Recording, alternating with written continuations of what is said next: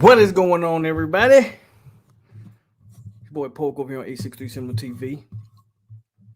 Without further ado, let's bring in the bald head wonder himself.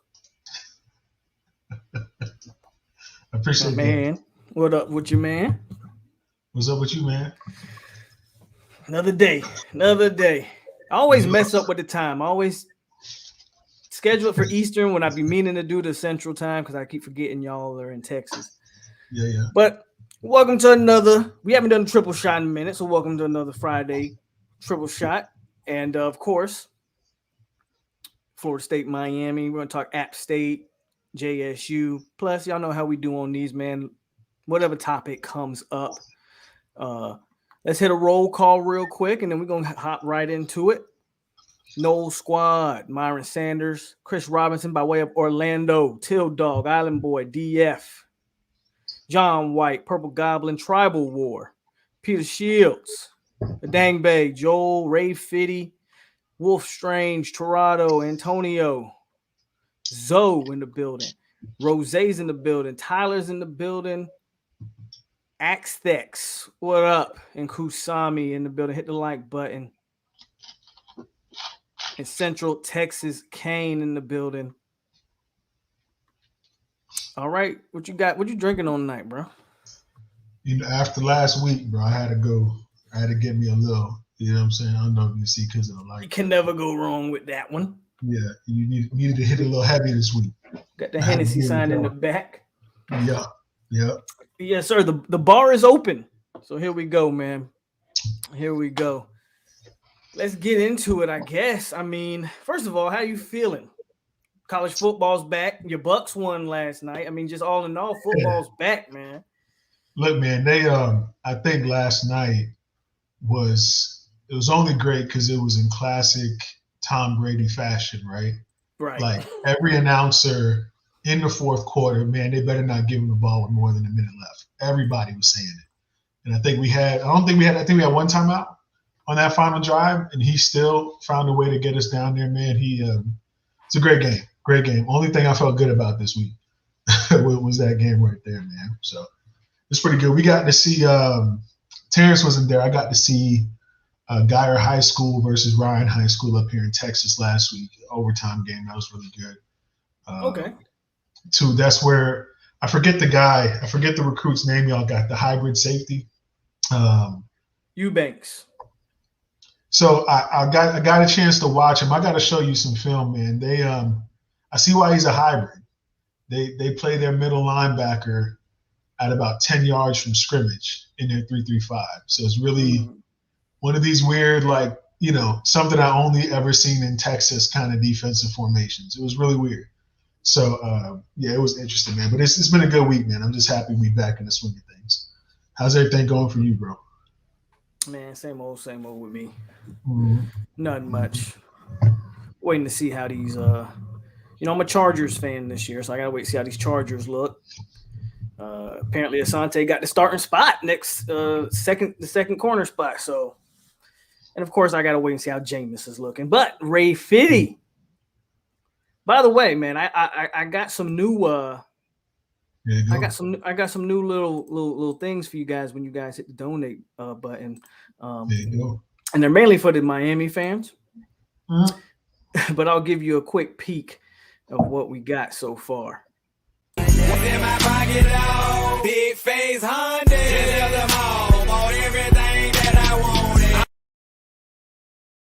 go with that, Ray Fitty with the $5. And I appreciate that. Holy cow, Myron Sanders wasted no time with $20 in the super chat. No comment, but we'll do this one for you, Myron, and this one's for Jared too. Why not? Here you go. Damn! There we go. Appreciate those. Let's get. Oh, go ahead, bro. Go ahead. I was gonna say, you know what you gotta hate about those old Miami FSU highlights is that every one of those hits would have been illegal. Oh, people would have been ejected for 5 games. For 5 games in today's game. Probably wouldn't even be allowed to play football anymore. They would probably be out the NCAA at this point. And absolutely, it's crazy, man. I know. So speaking of, if you don't mind starting here, go ahead. Watching Ole Miss versus Louisville. First of all, Louisville looked terrible. Yeah, they are. They're terrible. But the targeting penalties, man. There was 4 in the first 20 minutes of the game or something. It's to the point where you almost don't want to watch the game no more. Yeah, I agree. It's to the point where you're just like, and then some of these hits, like they're legit targets that I'm like, okay, that needs to be eliminated from the game. Like when you, and not to knock on him, but to me, that hit on Bolden hit, I thought it was unnecessary. Sure. Well, you locked up real quick there, bro.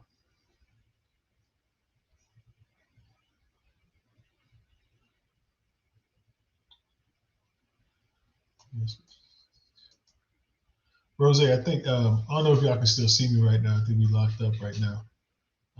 Not sure what's going on that end.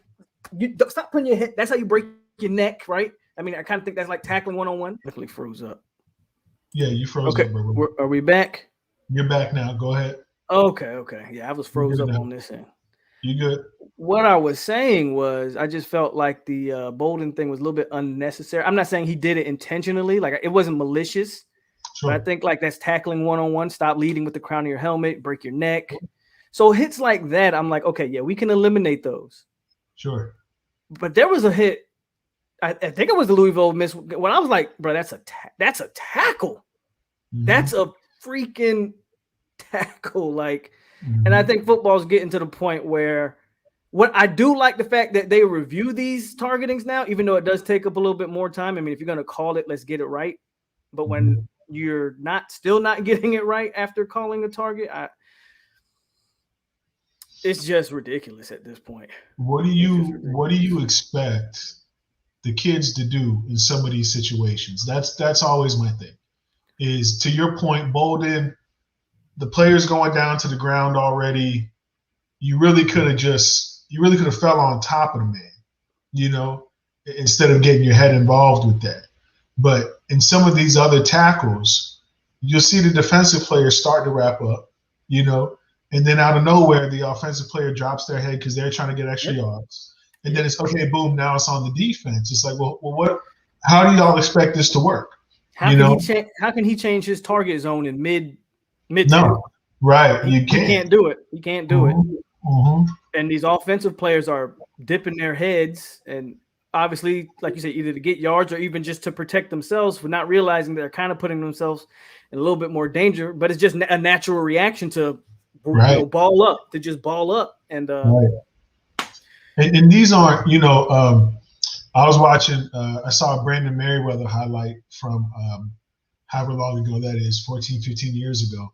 I go live. Brandon was launching the dudes. Brandon was taking off, didn't care about his body, head down, and whatever happened, right? He just kind of lived with the consequence.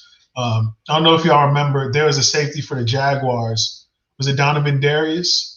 Who basically broke a dude's neck like that, Robert Ferguson with the Packers years ago, coming over the middle and just said, look, I'm going to be a missile. And I'm going to just – so I definitely think that needs to be out of the game, right?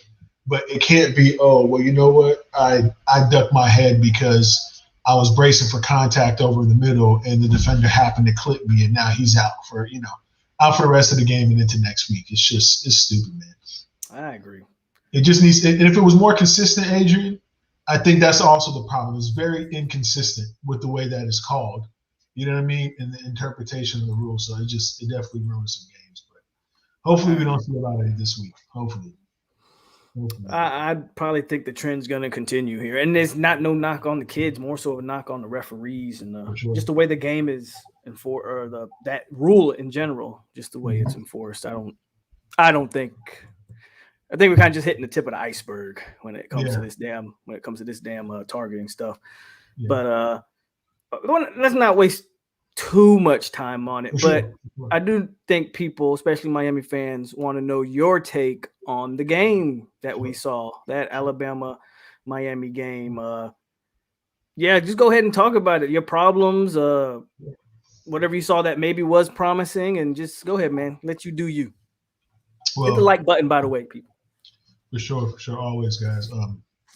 Like I said on this channel, I don't know if it's the last time we did the cast, one of the last two. It was either good. I think I said it on here is that it was either going to be a blowout or it's going to be a close game.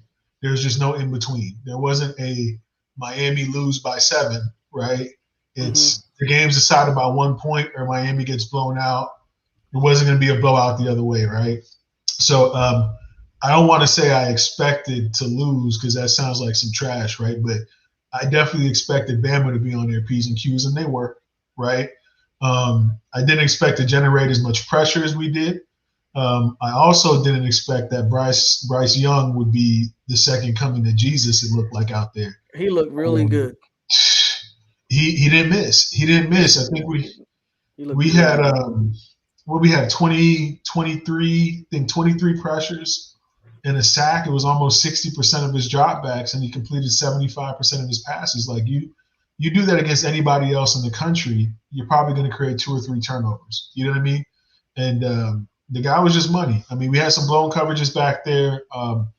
I never liked when we started Scaife at tackle. I know I didn't talk with these guys about the roster. I didn't like Scaife at tackle. They started him at tackle. He got his behind beat, got replaced second half. We looked a lot better when Scaife got out the game. We settled down defensively in the second half when we got Williams and Kinchins in there. So I think we're going to see a lot more snaps out of those boys this week. I'd love to see James Williams, Gervin Hall there, starting on the back end, bringing Kinchins and sub packages, things like that. But I hate to say it, man. We looked at the schedule this year and we said 10-2, 9-3, really really good year, 11-1. Alabama was a game that everybody picked to lose this year, and it happened. And if you're not happy about it, I'm sorry. Maybe you're delusional. I think this is another side conversation we had, Alo, but you can't let this entitlement stuff get to you. Like, this is a process, bro. Like, just because they put on orange and green doesn't mean that they're going to go and win a natty.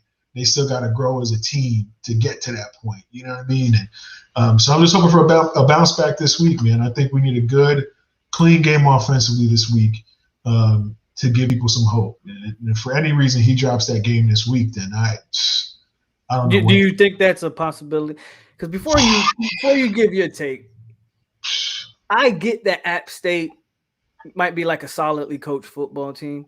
I peeped the game they had against East Carolina or whatever. That was a competitive game for whatever. But yeah, I feel like what they do well, Miami should be able to counter that.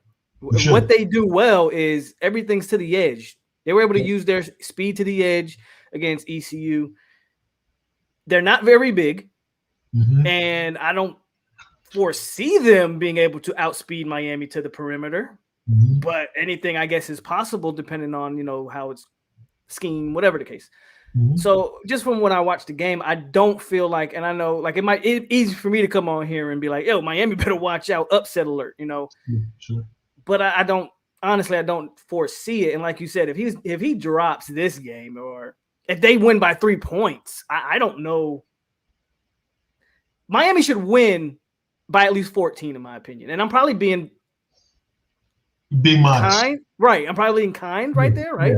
Yeah. Miami should win by 14. And I think if you don't, I mean, us Florida State fans will have fun with it, but honestly, there's a lot of questions there because, like you said, this team was, if I'm not mistaken, you guys brought back the most seniors and like juniors of everybody in the nation. So you have a veteran group. That's one of the reasons why ESPN was so high on y'all preseason. Not saying ESPN's the gospel or anything, because we all know they're definitely not. But it's just, one reason why people were so high on you, you bring them back a ton of experience. You had, a top 10 recruiting class? I know top 15 for sure. Right? Somewhere around there. You guys had like a top 15, top 10 recruiting class. Everything was pointing in the right direction, and then game 1 got played. And isn't that unfair, though? Because it is unfair. It's not game 1 versus just anybody, right? And I think I told you, between the offensive coordinator and the O-line coach for Bama, they have 13 years of NFL head coaching experience, right? Not NFL experience, NFL head coaching experience. They were well prepared. They played like it. And honestly, if we get out coached by Bama, and I'm not saying it's supposed to happen, but I certainly wouldn't be upset by it, right?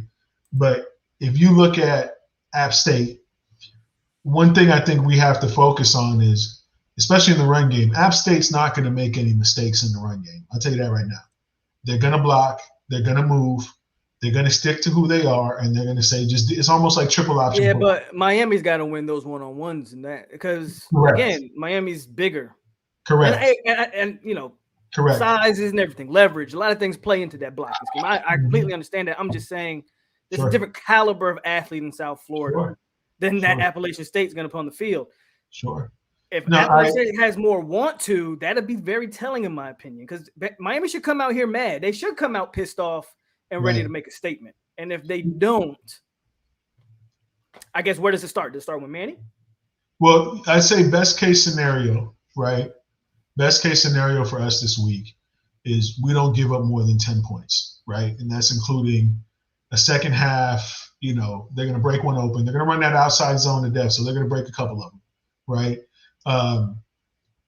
You get a touchdown, you get a field goal. That's if we're playing our absolute best. If we're angry, we're motivated, we're focused, things like that.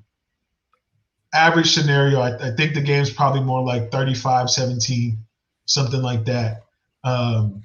I just really don't want to see, to your point, these great athletes getting outworked by the H-back. You know what I'm saying? For Appalachian State. The running backs, they're going to come out and run hard. One of the kids is a Miami kid, number 20 for them, their speed guy. He went to Northwestern, so he's going to try to run for 300 yards against us as he can. I mean, this is his moment, right? But realistically, they're not better than us in any facet of the game. But I do think that they're going to be more disciplined. I really do think, especially that offensive line and that run game, that's their bread and butter. It's kind of like triple option football. That fullback dive is always going to work on a triple option team. Their stretch is going to get you a couple plays. It's just how you respond to it. But then they got the quarterback transfer from Duke. He was at Clemson, Chase Bryce. Yeah.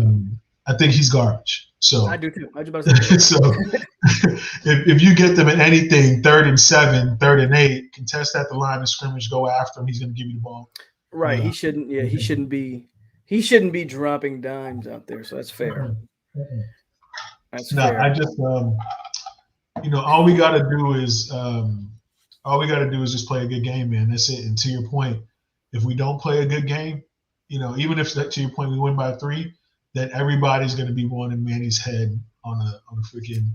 I listen to some of these Miami guys. They already want his head, which is crazy to me. That's crazy to me, bro. You can't. What program right now, truthfully, week 1 this year, was going to go up against Bama and keep it within. Maybe Georgia, because again, I think that front seven is the best front seven in all of college football. That Georgia front seven is absolutely ridiculous. Dean was crazy.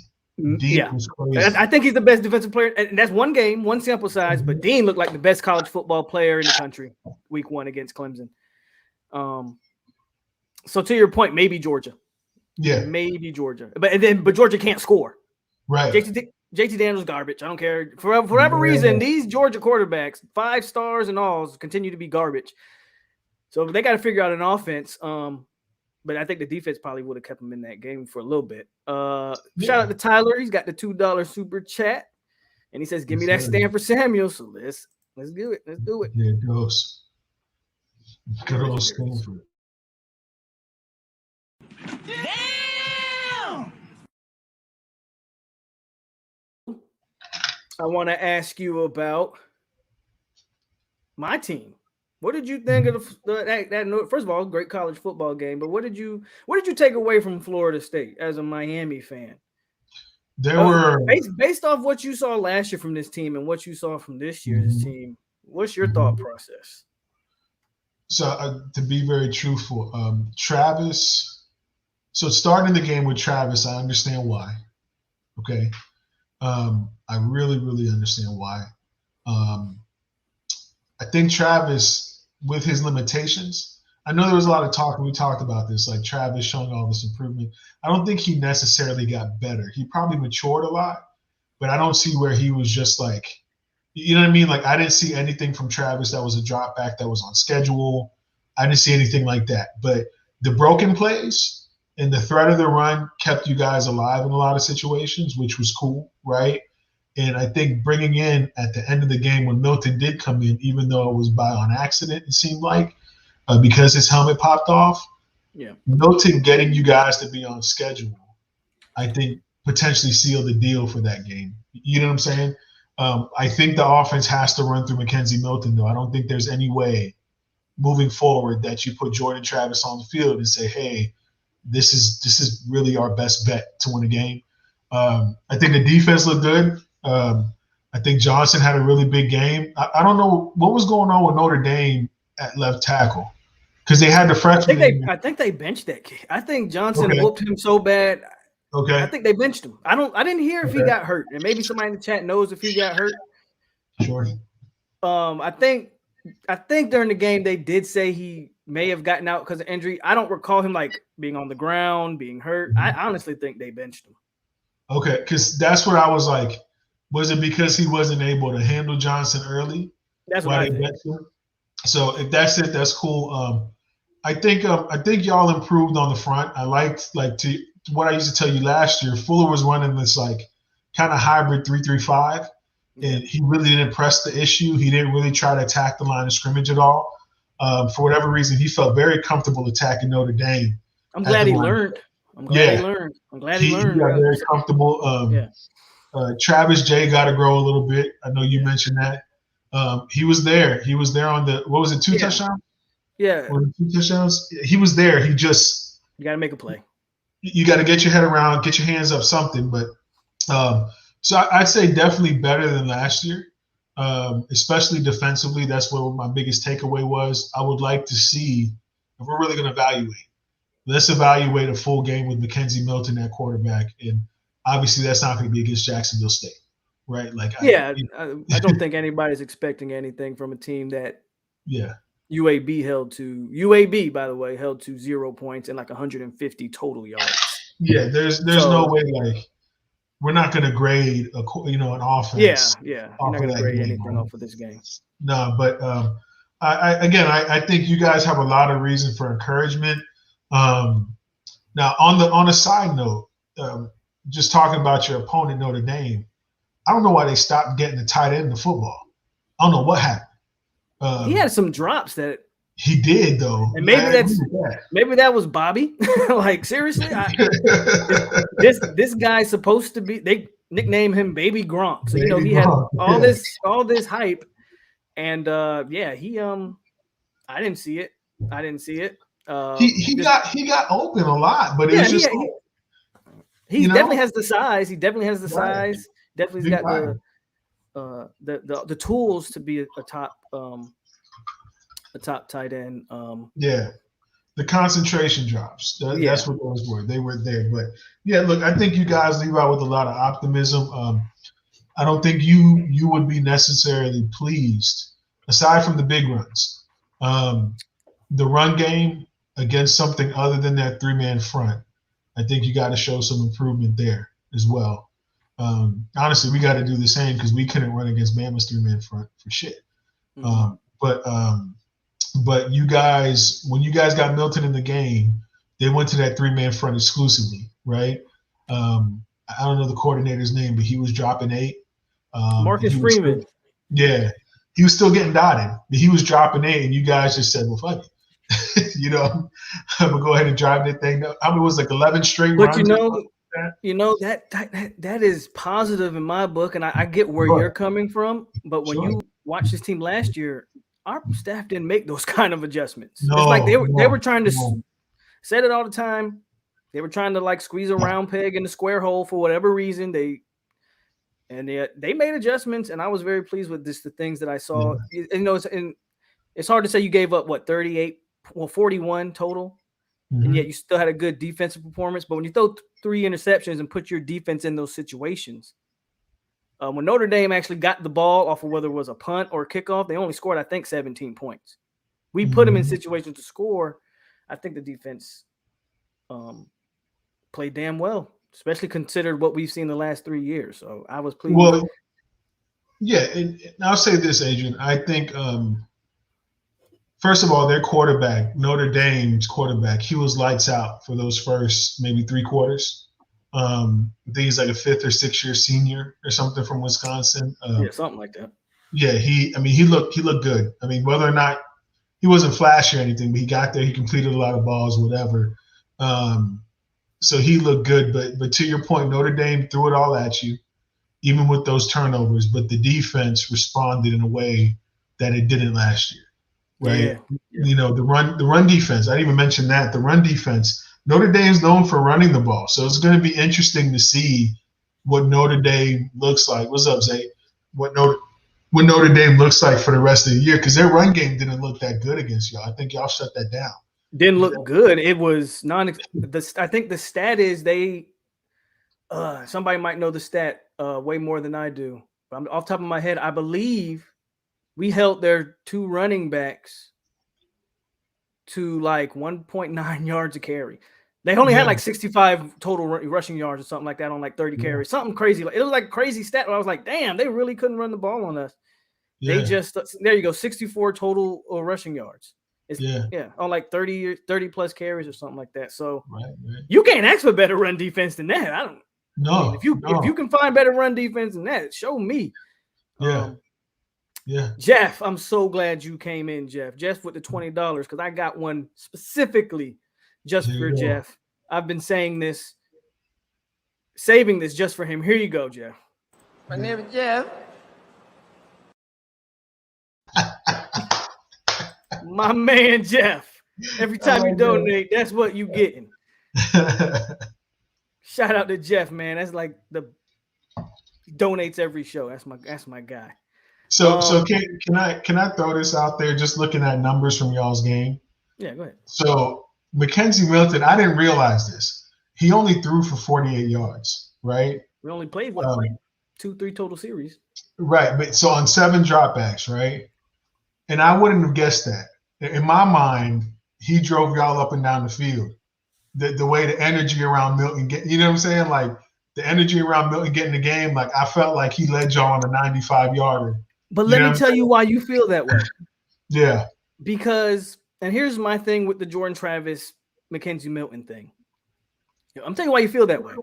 Mm-hmm. Milton threw a pass that Jordan Travis cannot throw. Absolutely. That pass over the linebacker where he dropped it right where it needed to be, right over the linebacker's extended arm. Travis can't make that throw. That was the play where you're like, oh shit, we got a quarterback. Absolutely. And people think I hate on Travis, and I really don't. I was one of the people last year like praising him for everything that he was able to do for us. This has kind of been my problem with the spin with this Jordan Travis situation. I'm not saying that the man didn't show good things during the spring and during fall camp. I'm sure he did. But after seeing what you saw, and then you come back, and I'm kind of speaking to the media, obviously, like the credited media, whatever you want to call it. Sure. They came back on Monday and said Jordan Travis made throws first of all, he only completed 9 freaking passes. 9 for 19. But they said Jordan Travis threw throws in the Notre Dame game that he never threw last year. And I'm saying to myself, motherfucker, where? You could have thrown him. What'd you do with him? Where? What'd you do with him? What throw did he make against? Like, that was really the narrative that was being pushed out there this entire week by FSU media. Jordan Travis, despite his struggles, he's still improved to the point where he made some passes in that Notre Dame game that we haven't seen before. Not at all last year. And I'm saying, in a 9 completion game, that's really the narrative y'all trying to push out there. I like Jordan Travis as much as the next, but can we be honest for a second? I don't think those guys want to be wrong about that situation. When for sure, Milton's the guy, and I don't. Obviously, I honestly think there has to be something with the leg, because there's no reason why he's not starting if there wasn't some type of injury. nerve damage where maybe that leg goes numb, which is what I'm kind of hearing. Is it's not necessarily the knee, but it's like foot goes numb or something like that. And so I can kind of understand that. I'll tell you what, man, that and rivalries and all that stuff aside, I always tell you, bro, I never want to see people get hurt playing football. And when you see a kid, because he's still a kid, right? I don't care how old he is, he's still a kid to me. When you see a kid kind of battle back from that, and just for him to show up, and maybe that's part of the reason, Adrian, why that energy, you know what I'm saying? Because you got a guy in your corner. And I think we talked about this when we first talked about the Milton transfer. It's not even about Milton being like a 4,000-yard passer. He's coming in and showing you guys that he cares about playing football. You know what I'm saying? And having that in the locker room, and not that the other kids didn't, right? But having a dude that literally had his life jeopardized by the game come back in and say, I'm willing to fight with y'all. I'm willing to dog through with y'all. That's going to go a long way for y'all. So whether or not, he continues to start or not, I don't know how you can't start him. Like maybe you go through a 2-quarterback system. I don't know how you guys manage it, whatever, but he should be on the game a majority of the time, right? I think so. He just adds a different dynamic. Yeah. The first pass, I think it was a corner route against cover 4.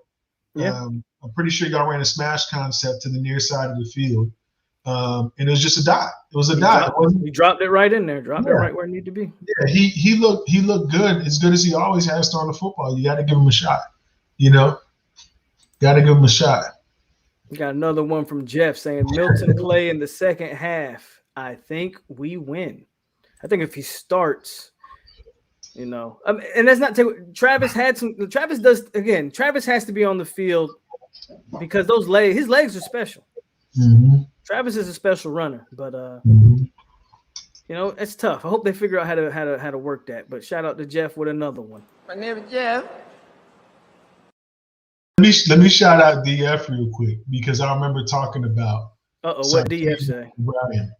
I remember talking about Sarkisian and O'Brien, and dog, like there was a couple of sets that he ran where we weren't aligned properly, like when they went 2 tight end over. I think you did say that though. I think you did say Bill O'Brien was no Sark.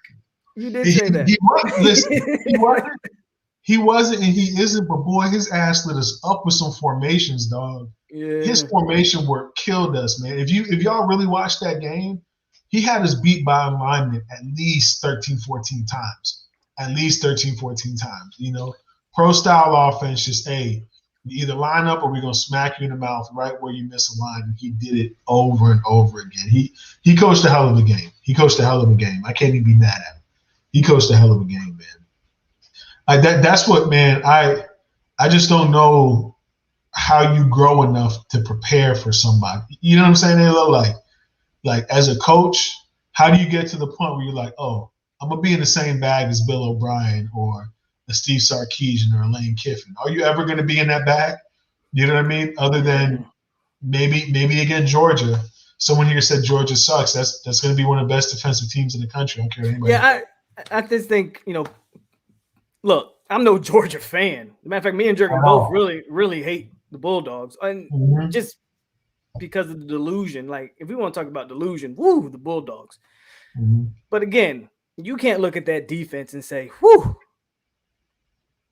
like that COVID defense was a real thing last year because nobody played good defense last year.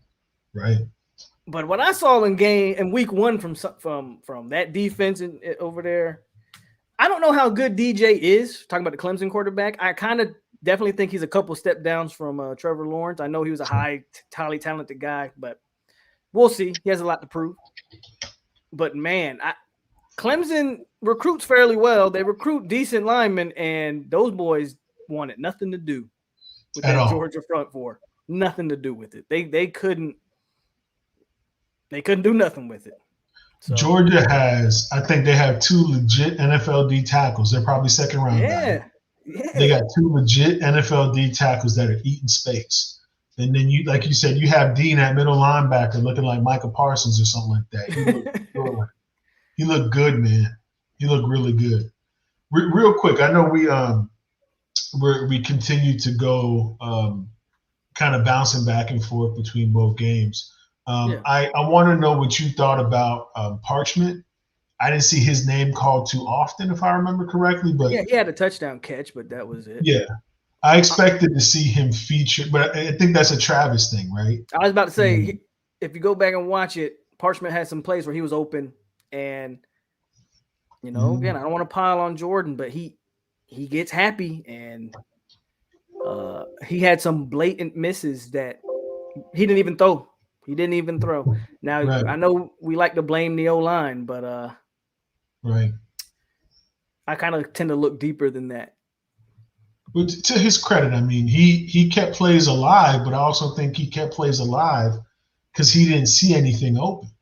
You know what I'm saying? Like, I don't think he could read a process quick enough to be like, okay, let me hit this on time. The play's breaking down because he's holding the ball too long. You know what I'm saying? But even like, I think he threw the touchdown catch to Park. Wasn't that a slant to Parchment?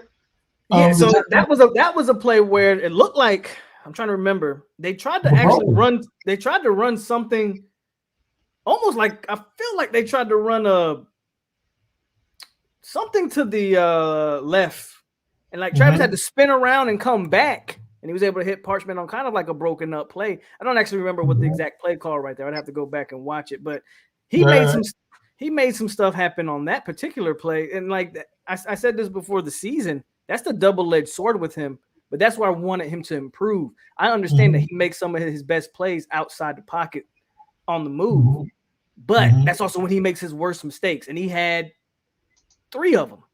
Right. Right. And everybody's talking about this Notre Dame safety. Well, Travis made this guy look all world. Telegraphed a couple of them. I'm not a knock on the safety, but Travis made him look great. I mean, when you just fluttering balls up there, hell, I can. Yeah. Most safeties can make play unless you're Akeem Dent, who for whatever reason can't catch. But most safeties can make plays on those balls, So right. So, and just a quick thing.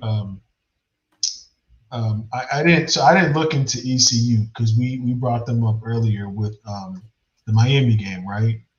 I don't know if we could get anything out of that game with App State. They gave up 35 points per game last year, right? And 36 points per game last year. So I doubt that there was. I know COVID defense, right? But I don't think they ran out a good unit. You know what I mean? App State ran for like 300 yards against them. I don't know if that unit's definitely something I'm gonna be like, oh, you know what I mean? Anyway, it's a thought that came to mind while we was going back and forth there. But I do think, Adrian, what's your long term? If you want to see true improvement from you guys, even here, like popping up with the points per game, the passing numbers last year, once them numbers start to go down for y'all, I think that's when you start feeling more confident, right? Like when you feel like you're not, what was it, like 300? I had the number here a second ago, but you guys allowed like a pretty high completion percentage last year, pretty high yards per game, right? So 66. High everything. Everything. It was 66% pass and completion percentage, 257 yards per game. So yeah, bro, like I definitely think beyond this, who do y'all have after Jacksonville State? Is it Wake Forest? Yeah. And some people are pretty high on Wake for whatever reason. I think they got like a NFL wide receiver or a guy who's projected maybe like a second or third round receiver in that. Wake Forest? People are kind of high on them for whatever reason. I think they play like Old Dominion week 1, so I don't know. Can't gauge anything off of that game, but yeah, for whatever reason, people are kind of high on Wake Forest this year. They got y'all like a 50-50 split basically with win. Yeah, people are kind of high on those guys. So, and then they got. I know Old Dominion was able to stop them from running the ball for a good portion of even though they obviously won that game going away, but they did struggle to run the ball against Old Dominion. If Old Dominion can keep you from running the ball, I'm pretty confident. Right. My Seminoles can do what they got to do. And Tyler says Wake plays another cupcake tomorrow, so we probably still won't be able to gauge anything off of them. Yeah, they play Norfolk State tomorrow, so that's Yeah. Yeah. You're not going to get anything out of there. I'm interested in going to watch him because I didn't realize. I mean, Wake had a good team with Newman 2 years ago, right? A decent team. I guess they did. With our favorite quarterback, Jamie Newman. Yeah. So Ayla, what else, man? So you have Parchment. I forget the slot receiver's name. The kid from Louisiana. Douglas. Douglas looks pretty good. He looks fast. I was going to say he looked pretty quick out there. Yeah. He looked pretty quick out there. I'm trying to think with Notre Dame, other than Hamilton, who flashed? Because I remember we was talking shit about Hamilton the last time we did this. Yeah, like last year, Hamilton didn't pop at all in last year's game, and he had 2 interceptions this game, so he kind of shut me up. But again, I'd still say Travis made him look better, but that's neither here nor there. Defensively, I did think Notre Dame's defensive line was pretty solid. They were definitely able to, cause a little bit of frustration. Right. I feel like their linebackers took a step back. Now they did lose their starting linebacker to injury for the year. Oh, really? Yeah, I forget his name, but like a week before the season started, they lost him for the year. And they lost Owusu Koromora in the draft. So I definitely feel like that linebacker room took a step back because for sure. Because Florida State was able to line up and run the ball. Yeah. I'm trying to think about anybody else who flashed because I remember your slot receiver getting some good looks. Now y'all didn't utilize the tight end much, did you? No. I don't think I don't think they had any targets for the tight ends. Man, there's still that baffles me. But y'all had that 4th down call. The triple. What do you think about that call? I love the play. I really love the play design. I didn't know what Travis was thinking. There you go. Everybody's like, "Oh, that's a suck ass play. Why'd he call that?" And I'm like, Norvell is trying to, first of all, win games and save his damn job because he did win only 3 games last year. So you got to respect that. It wasn't so much the play; is just the execution of the play, right? They I just what do you think about the challenging the play and icing your own kicker? Was that an issue for you? The only reason I'm going to say no is because I think he did. If I was a coach, I probably would have done the same, right? Where every single inch matters on that football. You went from a 50-yarder to a 37. I don't know how that can be questioned. Kicker's got to make a kick, man. Right now, and I'll tell you from experience, back to back, to be in that situation for a kicker, the adrenaline, all that stuff, it's hard to manage a kid through that. So I do get that. But they walked out there and they snapped the ball. And he did not. Didn't he make the 50-yarder? Yeah, he made the 50-yarder. So if you knew that you were going to challenge it, probably shouldn't have let him snap the ball. That's the only criticism I would have. Good point. If you knew you were going to challenge it, probably should have just told, Yeah. That'd be the only thing. That'd be the only thing I would say. To your point, go ahead. I was going to address somebody in the comments. Go ahead, bro. Oh, I was going to ask you. I mean, I know we kind of talk a lot of negatives about y'all's game, but what was some of the positives you took? I mean, you talked about the pressures, but who were some of the boys that flashed to you? James Williams, Cameron Kitchens, they got to start. Both freshmen, correct? Both true freshmen. They got to be on the field, man. I think Trey Couch is still our best cover guy. DJ Ivy's on a real short string right now.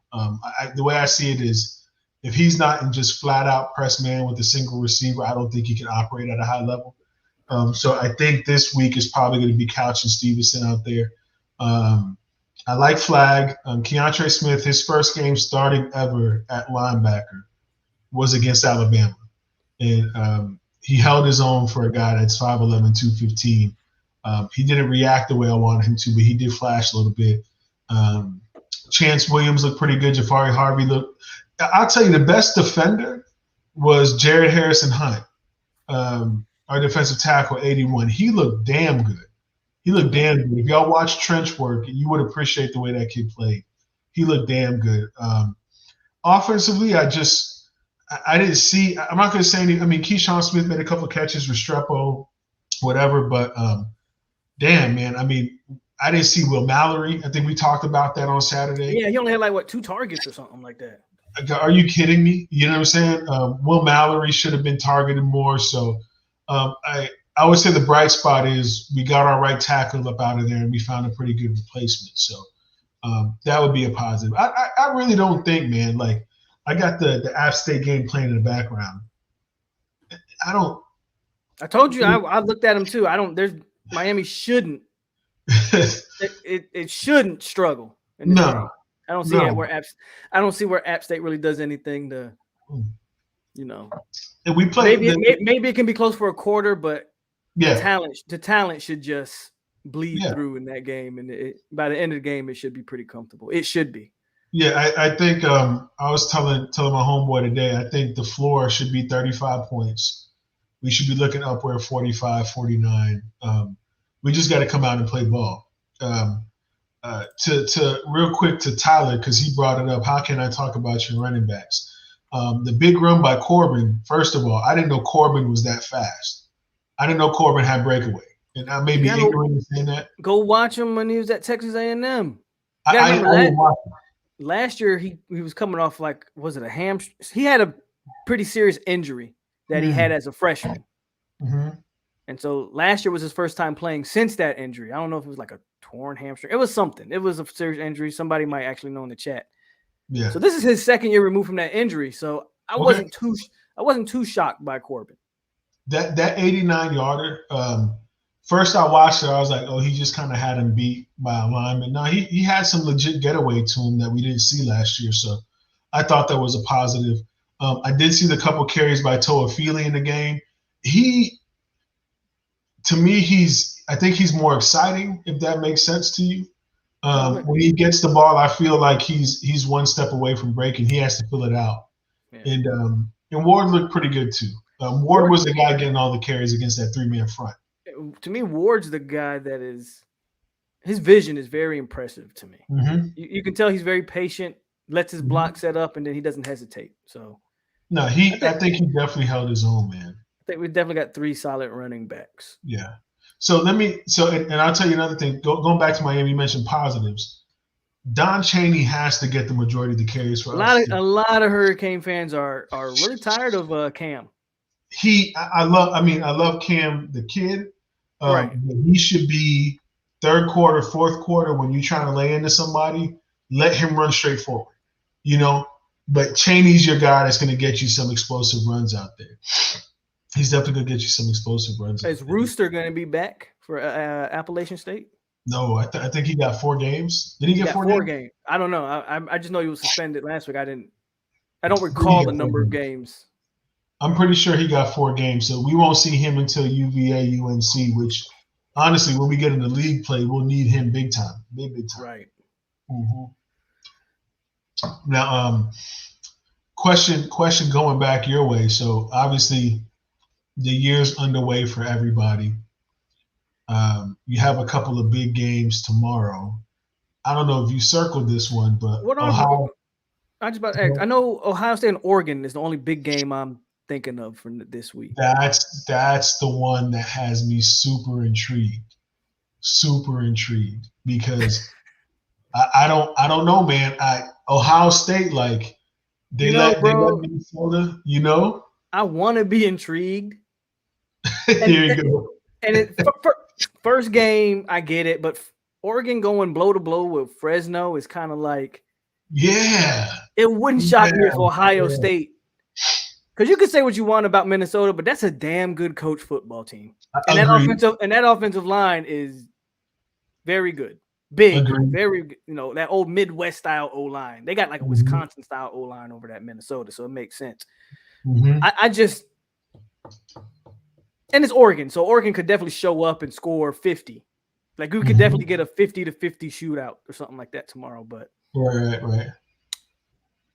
Let me give you another one. 2 big name schools, but I don't know. I kind of feel like Ohio State might run away with that one, man. But it could have been just one game. Could have been one game, and Oregon might come up and is it a neutral site? Is that what is that? Do you know? I think it's at the shoe. I think it's at the horseshoe, bro. Oregon might get blown out the water, dog. Yeah. I just the way I see it, bro. For selfish reasons, I want to like Cristobal. Look, man, I think we talked about Georgia earlier, right? And you and I have had this discussion 1,000 times. I don't know why Georgia fans don't see it. There is a ceiling at Georgia, right? The ceiling at a lot of these schools. Right. So unless you have Herschel Walker, who is arguably, you can argue that Herschel Walker is the best running back in the history of college football. You can argue that he had the best season ever. So unless you have that guy, Georgia is just Auburn East. You know what I'm saying? They've never really crossed that threshold. Hold your thought. Let me get this out here. And I'll let you finish. Shout out to Jay Oliver. Hit the Cash App $5. Let me see if you left a message before I respect to Jay Oliver. Yes, sir. No message, just with the $5 donation. So shout out to we didn't do one of these yet, so let's go with some P-Dub. More money. More money. But hey, Damien just kind of hit on it in the chat. Thibodeau did go out in that game, and I don't know how long he's going to be hurt, but they had a boot on him and everything. And before the season, a lot of people were saying, that may be the best defensive player in the country, And I think if he was healthy, he definitely would have a case with him and Dean. But but that one DN can't make that big. I mean, I don't know. What do you think? Keep going. I don't think he changes the game. And again, my selfish reason is I need Mario to see that your ceiling is right here. All right. I need him to see that, because if something goes wrong with this kid, Diaz, I need Mario to come home. I don't know if y'all look at what Mario's doing at Oregon. He's putting together some monster classes, especially by Oregon standards. I just don't. I either want to see them, Adrian, fall flat on their face or push through whatever their current ceiling is. You get what I'm saying? Because he's putting talent on the field.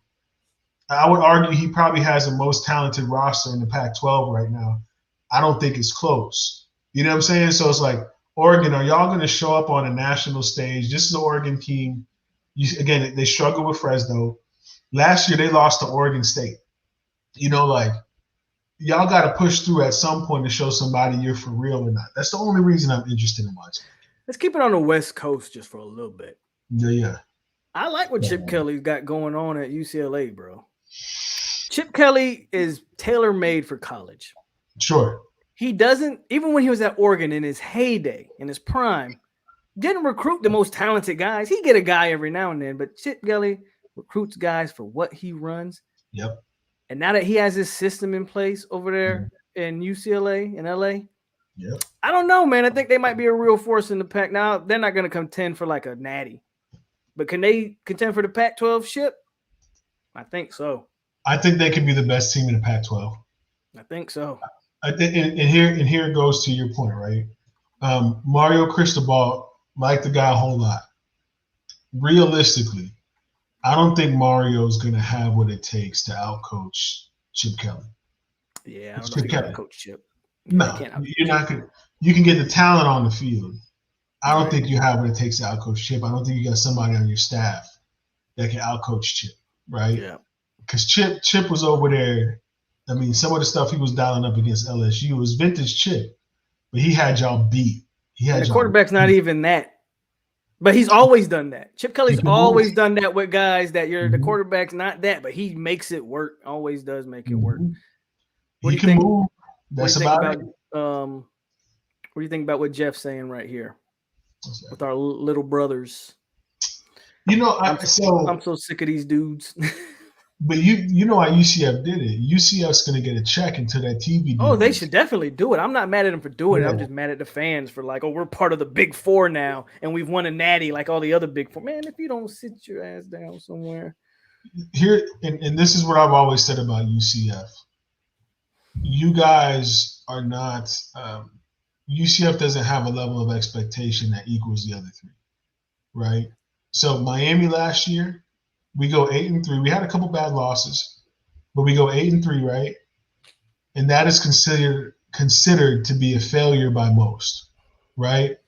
FSU, if you guys come out this year and go 8-3, Adrian, it'll be an improvement, right? Or 9-3. It'll be an improvement, but it's still not FSU standard, is it? But then you got to take the next step. But yeah, I get where you're coming from. But I'm saying UCF is supposed to be in the middle of their glory day right now. What did they lose last year? 4 games? Something like that? What did they lose? I don't know. UCF can go 9-3, 8-4 in the Big 12, and it'd be considered a win. If we were in the Big 12, we'd be expected to probably be a 10-win team year in and year out. You know what I'm saying? So I just don't get. Point is, I understand the hype for them. Like, I understand why they're excited, but y'all still can't join that club yet until you have that level of expectation. You know, even with Gus Malzahn, and I've told you this 1,000 times, as opposed to Tyler here. Well, that's why I put it up there, because I figured it'd trigger you, because you love Gus. I like him a lot. I'm not a big Gus guy. I think you know that, but I know you love you some Gus. Yeah. His offense, especially for where they're playing right now, the way he runs offense is perfect, right? The way he runs offense is perfect for a league like that, because you're going to have bad corners, you're going to have bad safeties, and he's always going to get you out of alignment, right? Without a doubt in my mind. So I think he can run through that league. I think he's going to go to the Big 12. And honestly, I don't know if UCF is more talented than some of those teams. I mean, I'm just being real. So let's talk about it then. With the obviously Texas, Oklahoma, they're gone. So what's left remaining is what? TCU. First of all, who did they bring in with them? I know it's UCF. Who else? Is it Houston? Cincinnati, Houston, and BYU. Not too worried about BYU, but Cincinnati might be more talented than bro. UCF. You can argue that UCF is the worst out of the 4, right? I would give UCF a nod over BYU, and that's because it's Utah, and that school has that their religious beliefs in that school kind of limits that school. So let's say BYU is 4 as of today. Luke Finkel is doing his thing up there in Cincinnati for sure. And why does he have to leave now? He doesn't. Right? Yeah, you're right. He doesn't. Same thing, and I'll give it to UCF with Gus. He doesn't really have to leave either. You know, I don't think he will ever leave that job, to be honest with you. But I think he will, though. I think Gus thinks he's bigger than UCF, even in the Big 12. Really? I think Gus thinks I do. I think Gus thinks he's bigger than UCF. And if he can put maybe a 1-2 loss season in there at UCF with a team like, I don't know, Dan Mullen trying to get to the NFL. I don't know if that's ever going to happen, because honestly, I think the NFL sees what a lot of us see in Dan Mullen. Good coach. I don't know how, and maybe he is more tailor-made for the pro game because of his X's and O's. But maybe a Florida opens up. Maybe I don't know. You know, do you think though, even with UCF going to the Big 12, is there some kind of Big 12 draw for recruits? No, not at all. So they're the same, right? Like UCF just went to AAC West. That's what I'm saying. That's why I say Gus. I don't. Yeah. Theoretically, Gus doesn't have to leave it, but Gus is gonna want to go play some big boy football. I'll give him that. Gus is gonna want to go prove himself against the SEC, and at worst, he'll try to hit up the ACC. I don't know if Gus can play. I'm not saying he can't coach in the Big Ten. I don't know if it's a fit, though. I don't think his system fits them. I think Gus is a deep South guy. He has to be at a South school. I agree. He has to be at a South school. So this new Big 12 is, out of the existing teams, the ones that are left over, right? TCU. Oklahoma State. Oklahoma State might be the best team. I think they're the best team left over. Yeah, I'm about to say they might be the best team of the bunch. So is Kansas to the Big Ten official?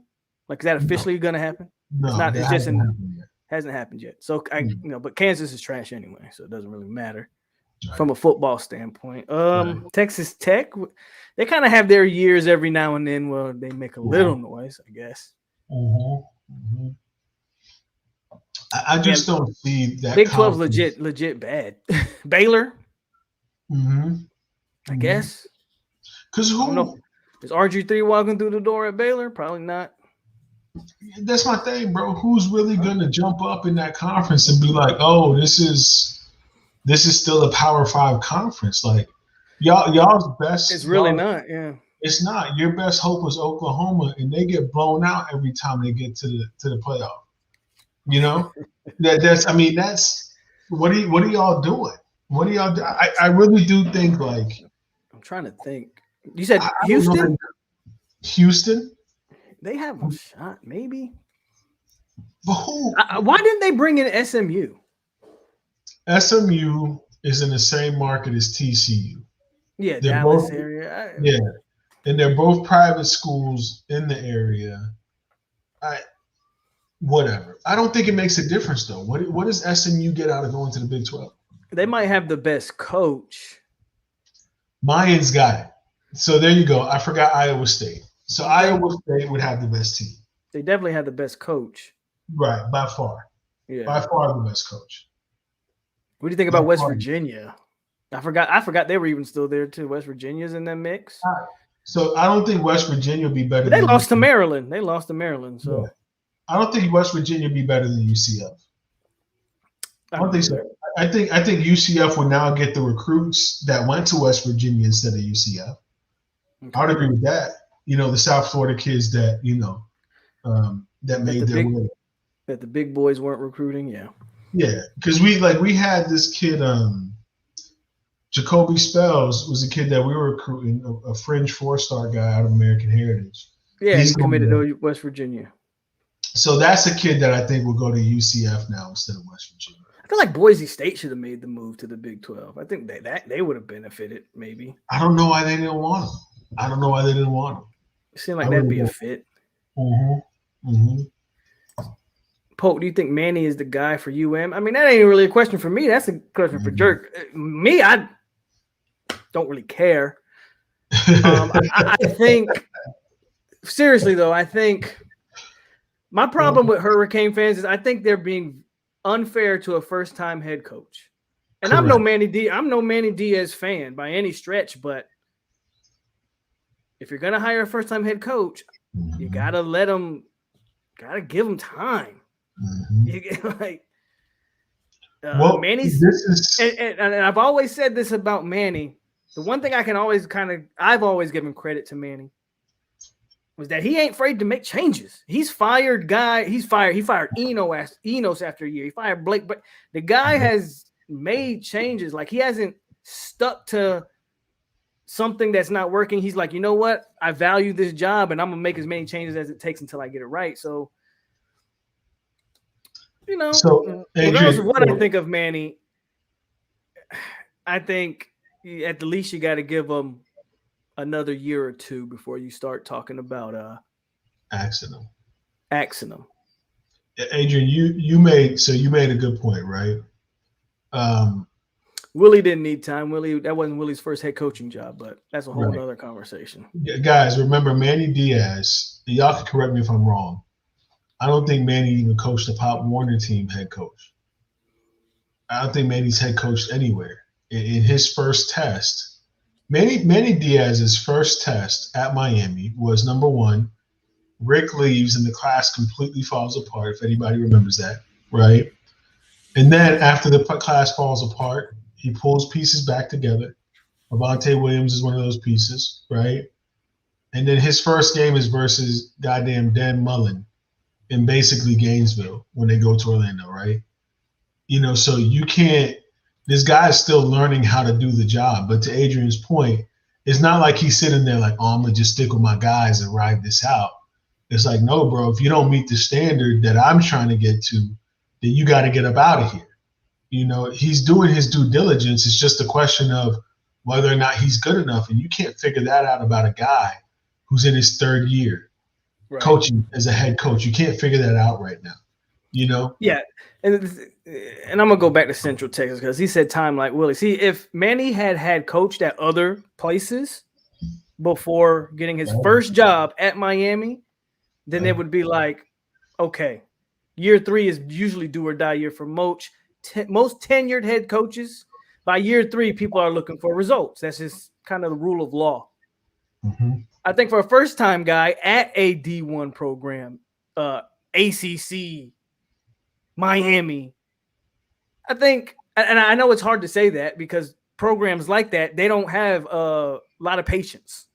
At all. Programs like that do not have a lot of patience. So me saying this may be contradictory or whatever, but I'm not sitting here saying Miami needs to fire Manny, but and I'm not saying they should keep him either. It's just, to me, it's kind of like, let's wait and see. I think he's done a better job than Al Golden was doing. I mean, for what it's worth. You go through the embarrassing, what was it? FIU, a 3-point loss, fourth quarter comeback loss to UNC. We could have won that UF game. We lost it. Manny didn't know how to win football games his first year, bro. You know what I'm saying? Like, I remember that first game that we went against Florida, and I was telling people, I don't know if Manny's going to be able to outcoach Dan Mullen. There's going to be 1 or 2 situations where Dan Mullen pulls a trump card out that Manny has no answer for, and it showed. That's why we lost that game, So you go from 6-7 to last year 8-3. If we would have played Georgia Tech last year, it would have been a 9-3 season, right? There's no way we're going to beat them, in my opinion, right? So Manny could have had a 9-win season from 6 wins last year, and dudes right now, oh, he's just not the guy. You don't know that yet. You didn't know Howard Schnellenberger was the guy in 81 and 82 when he was winning 7 games. I mean, let's talk about Bobby. If you looked at Bobby's first couple years, would you have, in today's climate, they would have axed Bobby, and look what Bobby built. So, Give him time. And he's a Bobby Bowden disciple. He is. That's crazy to me. But Tyler, I'm gonna say this, and I know Adrian, I don't think we've talked. I was just about to ask you this, but go ahead. Okay, I think Scott Frost. Who do they got this week? It doesn't matter. Yeah, there you go.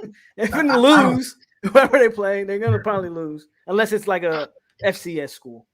But so this is who they're playing. I think they play University of Buffalo. Okay, so they lose to Illinois. That game probably gonna be competitive. It's going to be a competitive game against Buffalo, home game. But here's even better, right? Let's just say they beat Buffalo. Right? Their next game is on the road at Oklahoma. They're losing that game. Oh, they're going to lose that by 40. They're going to lose that by 40. If Scott wants to save his job, they only lose that game by 17 points. That's how he saves his job. Rattler looked mediocre against Tulane, and Nebraska's gonna revitalize his Heisman stock. Watch. Correct. He's gonna throw for like 400 plus and like 4 or 5 touchdowns. Watch. Right. I raise the number to 6, Adrian. Spencer Rattler 6 touchdowns against Nebraska. I don't think they can cover anybody. What do you think is Scott Frost's problem there? Like you can't take away what he did at UCF, right? I mean, it's culture, bro. So in South Florida, what did he have?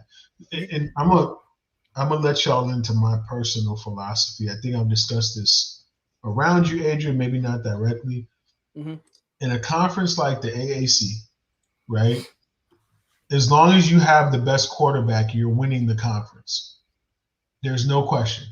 Whoever gets the most out of their quarterback in the American, same thing with the Big 12, same thing with the Mountain West, whatever, they're going to win that conference. It's all about offense.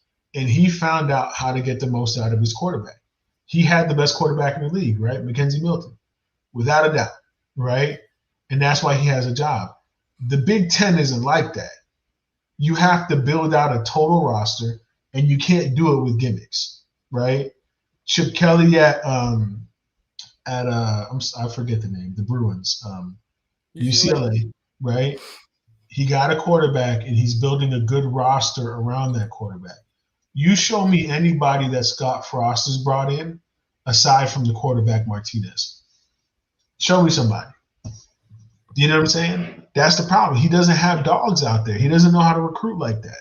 So let's even get away from Scott Frost, because for me, while I agree with you, I agree with everything you just said, I also think Nebraska's its own problem. Mm-hmm. I don't even know why kids used to go to Nebraska in the 90s. It's like, it's so weird to me that Nebraska even at one point used to be dominant. Mm-hmm. But it doesn't shock me that in 2021, man, ain't nobody trying to go out there. Mm-hmm. But so remember, Nebraska really was the team of the the 70s, right? They came up in the 70s and they were dominant in the 80s. The team that we beat was supposed to be the better for the Natty, was supposed to be the best college football team of all time, that Nebraska team in '83, right? So they were up there, even into the mid '90s. They used to come to West Florida all the time, right? Yeah, they used to. Nebraska used to recruit Florida like Bama does now. To be real with you, right? But here's the difference. Now, to your point, what is my incentive to go to Nebraska? And Scott Frost, what you're trying to run offensively, doesn't fit what Nebraska is, doesn't fit that region. If you're going to recruit Texas, Scott Frost, you need a quarterback and you need receivers, right? But if you're going to recruit the Deep South, Florida and things like that, which you can't do well, your system would work, right? So really what Nebraska should have done, you see how Bielema is at Illinois? Mm-hmm. Bielema should be the Nebraska head coach. See, this is why, and this is why I think like Nebraska is more so the problem than Frost. Frost actually did recruit South Florida kids and got them to come. He couldn't keep them because I think them Dade County boys got to Nebraska. Was like, oh hell no! It was like, oh hell no! But they wanted to play for this man though. Yeah. They did want to play for this man, but I think they just got out there in the middle of nowhere and saw cornfields and was like, bruh, right, what the fuck is this? Right. So I think Nebraska is its own. Recruit a different caliber of kid, and you can still be successful. But the South Florida kids aren't for you. Mm-hmm. Get to that Midwest. There's a bunch of dogs in the Midwest. They're not South Florida kids, but you can play a different brand of ball, and you can be, like you said, Wisconsin. You can be a Wisconsin. You could be an Iowa. You could be Minnesota. Iowa State, right? You don't need to recruit Florida anymore because them kids ain't trying to go out there. You need. If I'm at Nebraska right now, I have my teeth in Texas, right? I probably have my hands, Arkansas, Nebraska, obviously, Kansas, Oklahoma, and I'm hoping I get kids that want to stay at my program for 5 years. Yeah, right? That I can develop. Yep, absolutely right. Kids that don't mind taking a red shirt, and putting in some work. You're right. Yeah, absolutely. Come here, stay here for 5 years. Let's turn you into a Nebraska Cornhusker. Not come here, let me put you in this offense and let the offense work. No, I'm going to turn you into Nebraska Cornhusker. That's what I agree. It is. You know what? Now that we're talking about it, did Scott Frost really instill a culture at UCF, or did he just bring in talent? That's a good question, right? Did he instill a culture? Because O'Leary won at UCF before he had his bad season. I think O'Leary's the one who instilled sort of a culture there. He proved that you could win games there. Frost just kept on bringing in talent. O'Leary, he was the one that took them to their first BCS. Am I correct? Yep. With Brodels. That was O'Leary. Right. And here goes a better one. If Scott Frost wasn't at Oregon, they never get Mackenzie Milton. They never get him. Mm-hmm. That's how flimsy that UCF situation is. Because he hasn't proven that he can coach a quarterback yet. That's good. Right. Point. So if he's not at Oregon, he doesn't get Milton, and then UCF isn't a thing. Matter of fact, UCF might not be a Big 12 team if you don't get Mackenzie Milton. Yeah. Just real facts, right? Because then they don't get Dylan Gabriel either. So I don't think Scott Frost is a culture guy. I think he's a good coach. but I don't think he establishes a winning culture. And again, you made a point about Manny Diaz earlier, Adrian. He's not afraid to get guys up out of there, right, to protect whatever culture he's trying to develop. I don't know what's going on in Nebraska. I bet you he still has a lot of his guys on staff. Probably. I would almost guarantee that. Shout out to Jeff. Jeff with another 20. I told you, Jeff is always the MVPs of these live Big streams. Jeff. He comes in here and he supports. That's why he is the only one who gets his own personal donation video. My name is Jeff. Let's see. And I love it. What other questions you guys got? What about you? Let me think of something because we just jumping all over the place, obviously. So I love these conversations. Other than Bryce Young. Ooh, okay. Let's do this. I know where you're going. Give me a high level. Let's not say Heisman guy. I don't like predicting Heismans. Give me a quarterback that you're gonna put. You got one? Because I know where you're going, and I don't got one. Nobody? You think he's done? I think maybe your boy. He started off slow, but Stroud at Ohio State started off slow, but he came on later on in that game. He's another 5-star freshman quarterback. Okay. I think Edwards was looking like, I might have some, but Stroud kind of came on. He kind of came on later, so maybe him. Always being in the Ohio State system's he's gonna put up numbers. Bro, hold on. You know who we didn't talk about, and I know y'all. First of all, everybody in this chat, I apologize. I don't like to talk about them girls in Gainesville too much. I don't. I really, really don't. But we are not going to talk about their quarterback situation, are we? Yes. First of all, Emory Jones is trash. Because they got 2 tight ends playing quarterback. But that backup boy, his ceiling is up here. He can't throw a lick either, though. But he's got more. He's got more to work with, though. He's definitely got more to work. Richardson's got more to work with. Richardson took off a couple of times, bro, and I'm telling you, bro, they honestly, you might want to put him at tailback. He Braxton Miller out there. He looked for 6'4", 235.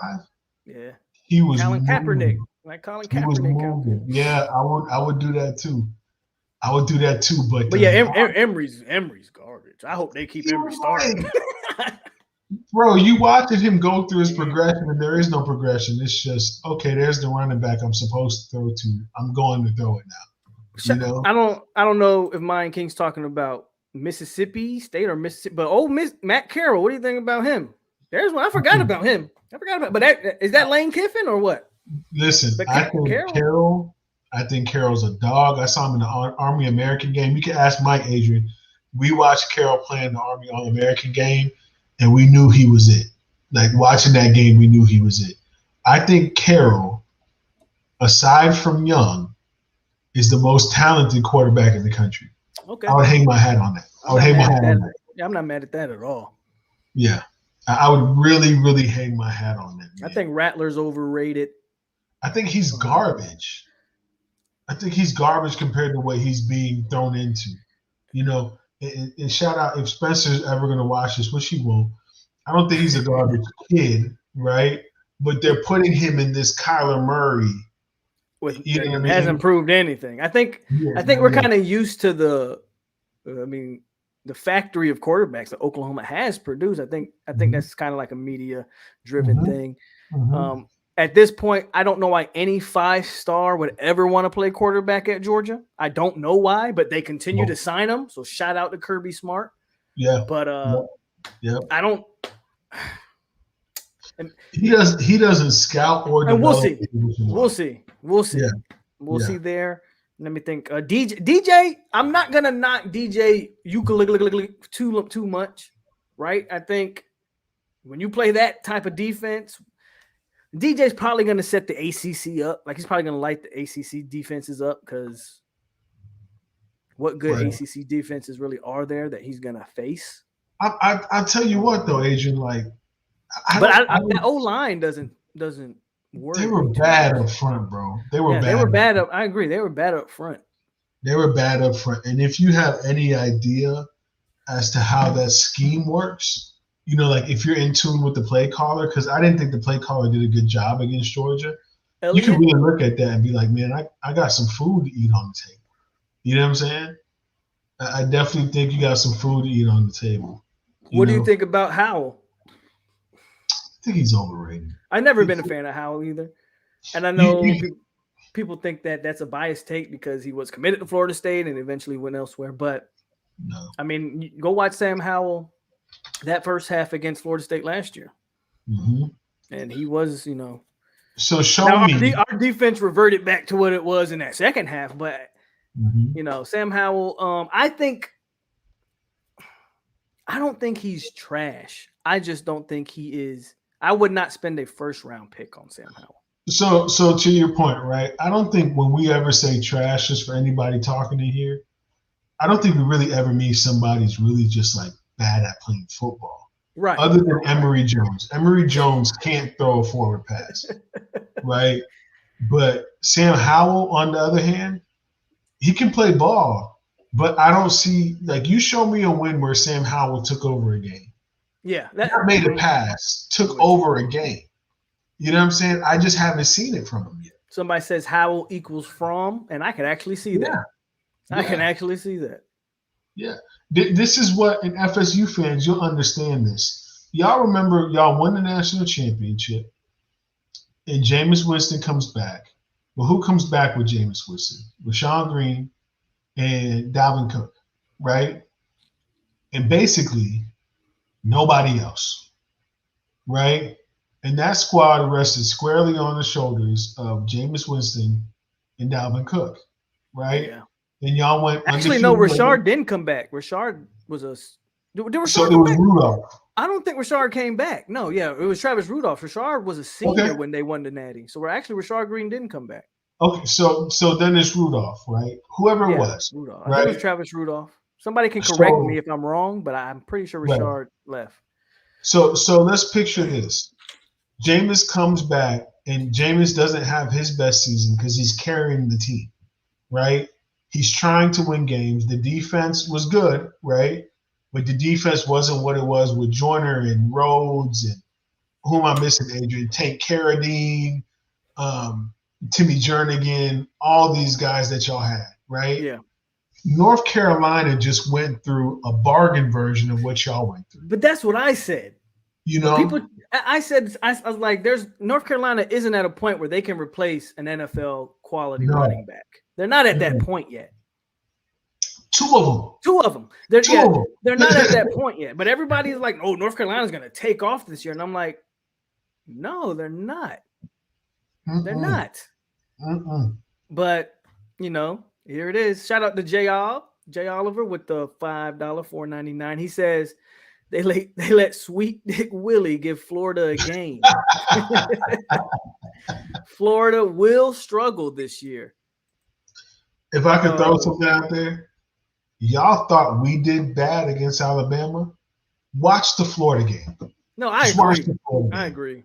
If Florida outperforms us against Alabama, I'd be purely shocked. I don't think they can throw a vertical pass. I don't think they can throw a vertical pass at all. Clickety clank, clickety clank. The money goes into my piggy bank. The sad part about that Florida game with FAU, like you said, if you go back and watch that FAU game, it ain't like Willie was in his bag either. Willie did not coach a great game that game. Not to pile on Taggart, but FAU had some really blundering mistakes in that game that could have kept them, that could have put them in the game at certain points. But they're saying Rashad did come back, so I'm wrong. So so Rashad comes because he had like 100 catches, right? He had some crazy number of catches for y'all. I forget what it was, but regardless of what it was, though, who is Sam Howell bringing back with him, Adrian? Nobody, bro. Like, you know what I mean? And the O-line wasn't great to begin with. That's another thing. Y'all had Cameron Irving in front of you. But their O-line took a step. Is that their O-line, or is Virginia Tech maybe a little more, a little sneakier than we thought? I'm not a big Fuentes guy. I actually think he's done a terrible job so far, post Frank Beamer. but Virginia Tech doesn't fire guys. So they're giving him a chance. They're giving him time. So we'll see what he can build there. Right. But is this the year that Fuentes is like, maybe he has the team and people just are underrating the Virginia Tech, the purple chickens, as we like to call them. We are going to smack them. Let me get close to that. We're going to smack Virginia Tech. I don't see it. They got clip that. So you do whatever you want. Yeah, clip that. So in case Virginia Tech beats Miami, y'all clip that. Yeah, y'all can do that. I don't see them as being a threat. I don't see a receiver that scares me. I don't see a running back that scares me. I just think North Carolina played a bad game. I think they played a bad game again without having great talent. They played a bad game, and they lost because of it. You know, we had a couple coming in here where they said North Carolina is the new blue blood. I would agree with you. I think they bought into this Mac Brown thing, and this former national champion and Texan, and he's coming back to steer the ship in the right direction. In fact, Adrian, I think part of the problem that Clemson has right now is that Mac Brown is tipping into their talent pool big time. Now he is recruiting his ass off. You're right there. He is recruiting. He is recruiting over there. Yeah. The problem is, what is Mac, 70 something? Mac's not going to be there too much longer, man. They're going to revert back. They're going to be right back. They're going to be right back to where they were. Mac's not. Yeah. To Redavius's point, when does he hang him up? I don't know, but I don't know how much he has left in him. Yeah, that's not. I didn't even see that comment, but that's what I'm just saying. Like Mac, what is he, 70 something? Yeah. How old is he? He probably in his 70s. Yeah, he's up there. But so even Dangbe, they had a top recruiting class, but by what standard? Because I don't think they were ahead of us. I don't think they were ahead of Miami, and if they were, I'd be shocked. And some of their best classes they've ever. Hey, let's back up real quick. You remember the recruiting class that Butch Davis brought in? Yeah, with Marvin Austin and those guys. Yep, that was a crazy. Marvin Austin, Quentin Copels. That was a crazy UNC class. Marvin Austin was supposed to be all Florida State too. Yep. Butch got him over there. Butch, but hey man, underrated in terms of acquiring NFL talent. Butch is that guy. He's absolutely that guy, man. Absolutely that guy. But yeah, Adrian, I think I know this spun off the UF conversation. I think you keep Emory in through Alabama. Let Emory get his ass beat against Alabama. Don't ruin the other kid, Richardson. The sad part is they play freaking USF. That team, that is bad. That is Nebraska level, but they are bad. Shout out Jaron Williams. Good luck. He couldn't get any burn on a trash team, bro. On a trash team. That's another conversation. I'm gonna leave him alone. Coastal Carolina. What do we think about Coastal Carolina? All I know is that they are giving it to Kansas right now. Right? So I want to look at what's the score. They're up 42-22 on Kansas. Oh wow! So this is.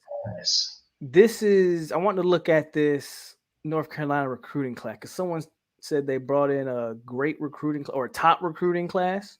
Mm-hmm. And I want to see, is it really top or like you said, is it by their standard? Yeah. And they brought in 1 5-star and Keyshawn Silver. Can you guys see that on the screen? Right? I think you guys can see it. Yeah, you guys can see it. I don't know if he played at all, and I don't know. I'm looking, a couple linebackers, but don't look like they replaced those running backs. All they're doing is they're dominating North Carolina.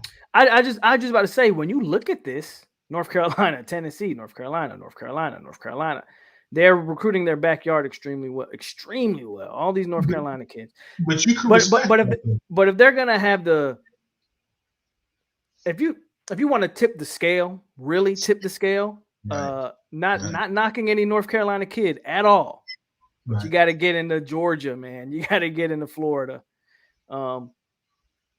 These kids are probably good, but it's different. It's very different.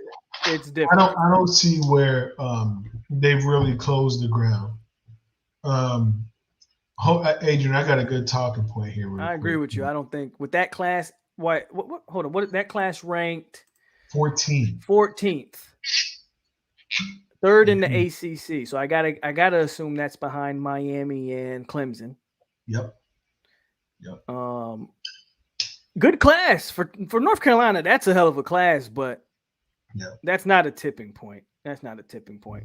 So but go ahead. Let me take this off the screen. No, that's fair. I just, with Davius, I think why every Miami fan is stuck on Nkosi. If you go watch the Oklahoma State game, as soon as Nkosi steps on the field, the passing game opens up. And it's not because of arm talent. I love De'Aaron King. I want everybody to know that I think De'Aaron King is a fantastic college quarterback. But we have to admit that there is a limitation because of height, right? So where De'Aaron sees this, Nkosi sees this sometimes. So I would argue that if Nkosi was starting at Florida against FSU, Florida would have put up 60 points. Not FSU, FAU, excuse me. Florida would have put up 60 points, right? Nkosi can spin the ball, So I think Miami fans are saying we saw him spin the ball. De'Aaron doesn't spin it like Kosi. We should have kept Kosi. I don't think that's true either. I think the best thing was for Kosi to leave, bring in Jake Garcia, because I think Jake Garcia starts next year, and give him a head start. Because if Kosi stays, Kosi would have had to start next year. He would have done a good job. Definitely would have done a good job. What do you think about Coastal Carolina? I like him. I mean, somebody said they have some. Tyler says they have some sustained success. If you drop them in the ACC, would they have the same success? I think they would be. I don't think they're an ACC team. I think they could be. My thing, I've always said this. You think so? When you start talking about ACC football, man, and we're talking about now, there's obviously tiers to this, but there's tiers in every conference. Sure. But in ACC, Clemson, Florida State, Miami, and then I'll throw in. You know what? No, that's it. That's the first tier, and then I'll go second tier is your Virginia Tech, North Carolina. But when you really get into where Coastal Carolina would fit into the ACC, you can't tell me they can do what Duke and Wake and Boston College like. Oh, for sure. Are they gonna compete year in and year out? No, but can they make a run like Georgia Tech can? Yeah, I think so. They will annoy some people for sure. I think they can be Georgia Tech. They would be no worse. Yeah, that's what I'm saying. They'd be no worse than Georgia Tech, Duke, and Wake Forest, and these other schools. So for me, yeah. The ACC is very bottom. Bottom is there's not a lot that separates the bottom of the ACC from like the AAC. Really, like there's really not. There's really not. Right. And those schools don't value football. They value basketball. I've always talked about that when you talk about the ACC conference. Right. Those schools that I just mentioned, they are basketball schools. That's all they care about. That's what they invest their money and resources in. Right. And that's why ACC kind of gets looked at the way it does. Mm-hmm. Yeah. Speaking of Georgia Tech, they lost to freaking Northern Illinois. Jeff, hey man, and all that Jeff Sims talk went out the damn window. Quick, bro. But quick, bro. I honestly wish Jeff Sims the best, but I watched him against Florida State week 1, and I said I told you what I saw and what he is. Mm-hmm. We just were that bad last year. Adrian, I'll say this though. I think obviously y'all got Milton. I wish y'all would have kept Jeff Sims. I like him. But that may be on y'all. I like the kid. Oh, he's a good kid. I listened to his interview. He actually somebody actually interviewed him about his situation with Mike Norvell and what actually transpired there. Right. And out of his own mouth, he said, they didn't pull my scholarship or told me that I wasn't wanted, but Norvell was upfront with him and told him, I got 2 guys that fit what I want to do. And you can come, but just know you're like that 3rd guy. Sure. And Jeff Sims says, okay. And he thought about it. And obviously I'm like summarizing, but that's pretty much how that conversation went. So he went to a place where he felt like he'd be the guy, which I don't blame him 1 second, but this talk that Norvell told Jeff Sims, get the hell out. He didn't want you, was always a bogus narrative that I was like, come on, man. Stop this. I hate it. When I talk to FSU fans about that, when I read FSU fans about that while it was happening, they made it seem like Mike Norvell traveled to Jacksonville to tell him we're taking you. Are you kidding me? Are you kidding me? He showed that kid a lot of respect. He handled that very, very well. Thank you. I will say that Mike Norvell is a pretty classy dude. He handles himself really, really well. Really, really well. Antonio's got a question for you, Jerg. And I think that's a solid question. He says, I want to hear Jerg's take on something. Heard some Miami fans debating Van Dyke versus Jake. I can answer that for you, and I'm not even a Miami fan, but go ahead. Because the answer is Jake Garcia. There's no question about it. There's not a conversation. Jake has the potential as a passer to come in, start for 2 years, and then leave. There's not even a question. There's not even a question. It's Jake Garcia. Tyler Van Dyke will take advantage of this extra year that he was given because of COVID and probably start after Jake leaves. But I don't know if y'all have watched Jakari Brown play football. Jakari is hella underrated as a quarterback. They let Gibson up. Yeah, I don't know if Jakari can sit beyond 2 years at Miami behind Jake Garcia, but I think Jake Garcia is a 2-and-out guy. If he's a 3-and-out guy, great. But there's no way that Tyler is going to meet Jake Garcia's ceiling. Jake Garcia is really close. If you guys watched our spring game against obviously ourselves, but when Jake Garcia jumped in with the first team offense against our first team defense, our offense started scoring. Tyler couldn't move the ball, in my opinion. But Jake got out there. He was fearless. He was hitting dudes downfield. I mean, he's about as real as it gets, man. I like him a whole lot. And yeah, Redavius. Go ahead and hold it down for like 30 seconds. Yeah, I got you. To Redavius, I think without a doubt, Don Chaney has to start over Cam. I also think that Don, it's not because he's wearing number 2. That's the closest thing to Willis that we've seen. I mean, he's a monster. He's a physical monster. Adangbe, Jacuzzi Brown, that's funny. So if Jakari Brown goes to UF or FAU, who does Miami get? That's the question. I don't think Jakari Brown's going anywhere. I think he's going anywhere. I think he fits exactly what Rhett Lashley wants out of a dual threat quarterback. And honestly, I think he's a gamer. I think he looks at Miami and sees himself winning a lot of games as a Hurricane. Real quick shout out to Central Texas Kane. What part of Texas are you in, if I may ask? I don't know if you're still around, big dog, but what part of Texas are you in? Talking about Central Texas, you in Waco or something like that? I'm up here just outside of Dallas, man. Just outside of Dallas. Tyler Hedden, the legend of Jeff Sims continues. That's kind of funny. That's funny. Could that be us in our backyard? Doesn't shoot fresh beside it? The legend of Jeff Sims. I like Jeff.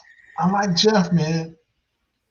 And DF, man, we didn't see you at the damn Modern Day game. We was out there live at the Modern Day. DF just be talking, bro. He rapping, bro. He capping. DF always capping. Mm-hmm. DF, bro, I'm from Florida, bro. You got to pull up, dog. You can't just talk about what you're going to do, bro. You got to pull up. DF always capping. Hey, real quick, Kansas is really down 27 to Coastal Carolina. That's not a shock to anybody. This is crazy. This is absolutely crazy. They look thin, though. They look thin. They don't have any NFL bodies out there. They don't look like a good team. Ardavius says, I don't understand why James, which I 100% agree with, and I talked to you about that, Restrepo, Chaney, and Kitchens aren't starting for y'all. Just to go, I told you this, Jerg, and I get it. Like, you went for the experience, guy who knows the system, should know what he's doing. But James Williams, that kid doesn't come around that often. 6'5", 230, and can literally play anything from freaking defensive end to safety. Yeah. Those guys don't exist like all that often, bro. Listen, He's on the field, and that's what I was. That's what I was trying to tell you. Like, I don't give a damn about experience. He's on the field against Bama. He's on the field because James is literally, unless they ruin him, he's a 3-year out guy. James Williams, he's a 3-year out guy. He's not I don't think he starts this week. He should. But I think he takes about 70% of the snaps. He looked good, man. If not anything, and I was telling my homeboy this, I don't want to see him cover. I don't want to see him in the middle third. Not yet. I'm not comfortable with that. But if anything, when we play cover run, he has to be your robber guy underneath, right? He has to be the first guy to fill a run gap. Put Bubba Bolden back there to do all that shit. Let James Williams be your guy in the middle of the field that wrecks offenses because he's got the potential. He looked good, man. Him, Kinchins, they look really, really, really, really good, man. Really good. Really good. I honestly regret, Adrian, to your point. He should have, as soon as Bubba went out, he should have been the first safety. That should have been the guy. Yeah, that should have been the guy. He should have been the first safety to take snaps. Looking backwards, I think that's true. So, okay. Next time I'm out there, bro, find me on Twitter, man, at Coach Jerry, man. Next time I'm out there, I'm gonna hit you up if you follow me on Twitter, bro. Yeah, I spent like 6 years total in Fort Hood. You did. So where we're at? Temple? You're in the Temple area? You did. Belton, maybe? I'm trying to think of some Central Texas spots. Pflugerville. You in Pflugerville area? Not Pflugerville. Can I real quick share with you? I know all of those areas, bro. The best part about going to Central and South Texas from Dallas is when you pass those Polish spots on 35 with the kolaches and all that. That stuff is delicious. Them Polish bakeries off of 35. Hey, them bitches are delicious, boy. Them shits is fire, boy. Out of nowhere, you see these two Polish bakeries attached to gas stations. Oh, Harker Heights? Oh, man, you might as well have said Killeen, Harker Heights. That's the same goddamn place. I was stationed in Fort Hood for like a total like 6-7 years. So, yeah, like I said, I know that area extremely well. Yeah, Harker Heights. That's right outside of Killeen. Mm-hmm. Hey, Tyler says, "Oh, go ahead." I was gonna say, shout out Anthony. I don't know if James will be like that guy, but he could be. If you've seen, I think James is bigger than him. I think James is going to grow into, and I know he's like a tweener. And I think the biggest problem with him is just figuring out how to use him because of his size. I think he ends up like a hybrid backer though. Like who's the boy that came out of Carolina drafted him? Chin. Who? Jeremy Chin. No, they didn't recently drafted him. They drafted him a couple years ago. He's like a hybrid. I don't forget what freaking college he went to. Shaq Thompson. There you go. Okay, that's he's bigger than Shaq, if I'm not mistaken. But Shaq Thompson is a guy who I don't know if he was truly a linebacker or truly a safety. But I think James is something in that type of mold. Is what I'm kind of getting at. Okay, you just retired out here. Shout out to Central Texas Kane, man. That's what's up. Sir. I didn't know you. Hey, bro, if you ever in Dallas, bro, hit me up. You retired from the military, bro, or you just like retired? Let me know. Because I was stationed out there, bro. If you know, who knows? May end up back in Texas the way things is looking. Come on. Till Dog with the $5 says, I was hoping to see Brown versus Garcia showdown in Valdosta last season, but the association ruined that. I still don't know that story. I'm interested to listen to the show and stuff and figure out what happened. But yeah, I was really hoping to see him at Valdosta. I know that's a good program. That's a really good program, man. Shout out to Till Dog. Yeah, get more money, more money. Yeah, get more money, more money. Yeah. I miss Fort Hood. I enjoyed my time in Fort Hood. Killeen sucks ass. But Central Texas as a whole is dope. And I love San Antonio. I think that's the dope. Dallas is cool, but I think San Antonio is my favorite city in Texas. Mm-hmm. Love San Antonio. Jermaine Johnson, real deal. I think so. A lot of people, here's the crazy thing, and I'm glad actually Georgia had the performance they had, because a lot of people are like, oh, Jermaine Johnson, if he was all that great, he wouldn't have left Georgia. Man, Georgia got dogs on that defensive line. He's a rotation guy at Georgia.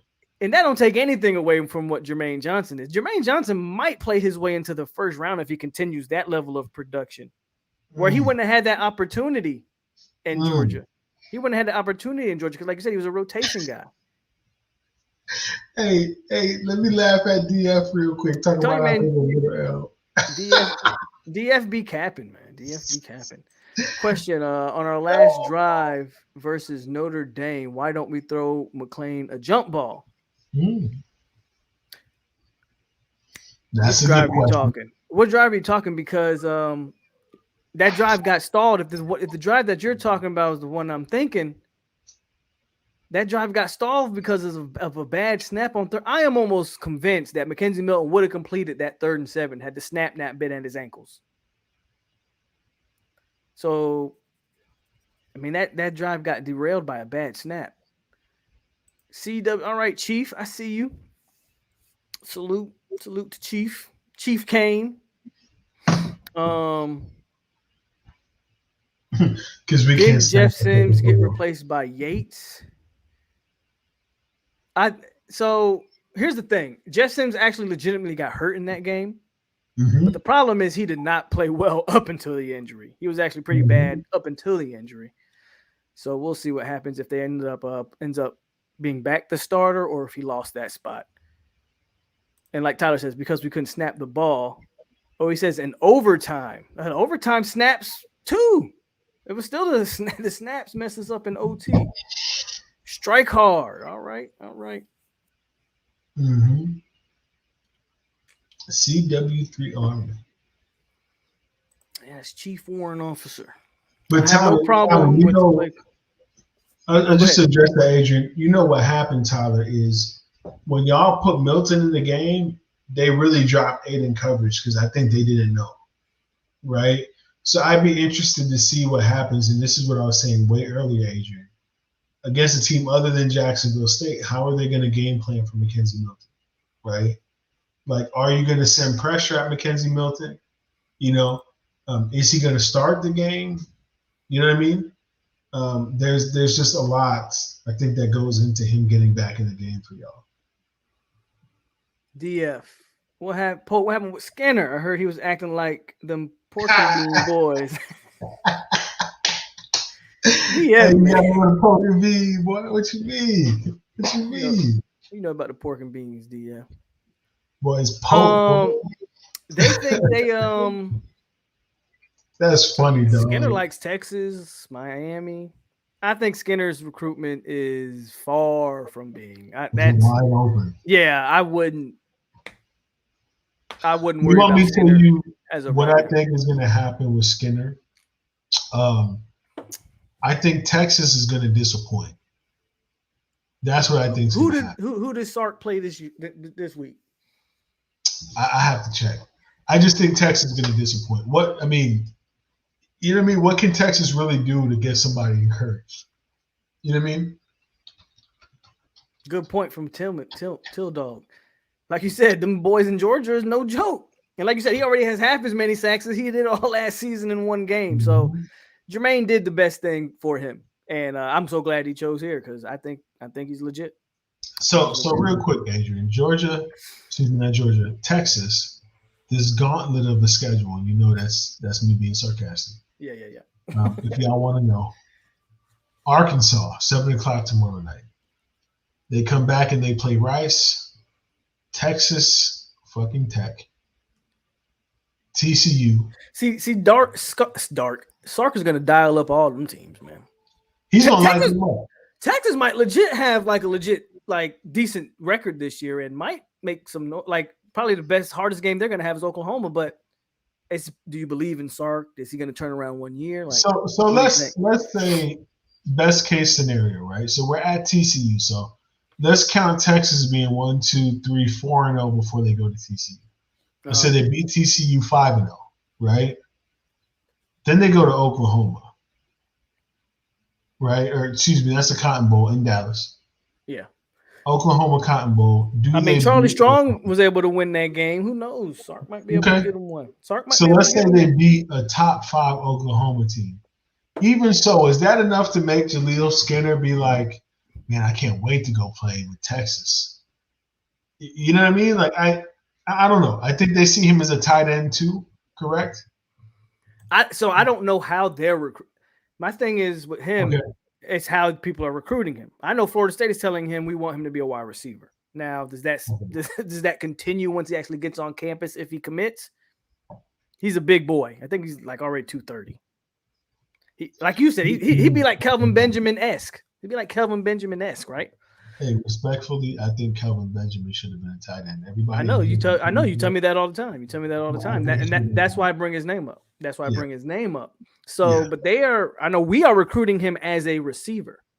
Mm-hmm. Speaking of receivers, y'all didn't see that crystal ball for Coleman, man. That's kind of a big deal. Can I ask you something about that? So, yeah, go ahead. Y'all get Coleman. So your class is basically going to be Coleman, McCall, and Hunter. Don't forget about AJ. Don't disrespect AJ. Well, no, excuse me. I'm not dissing AJ, right?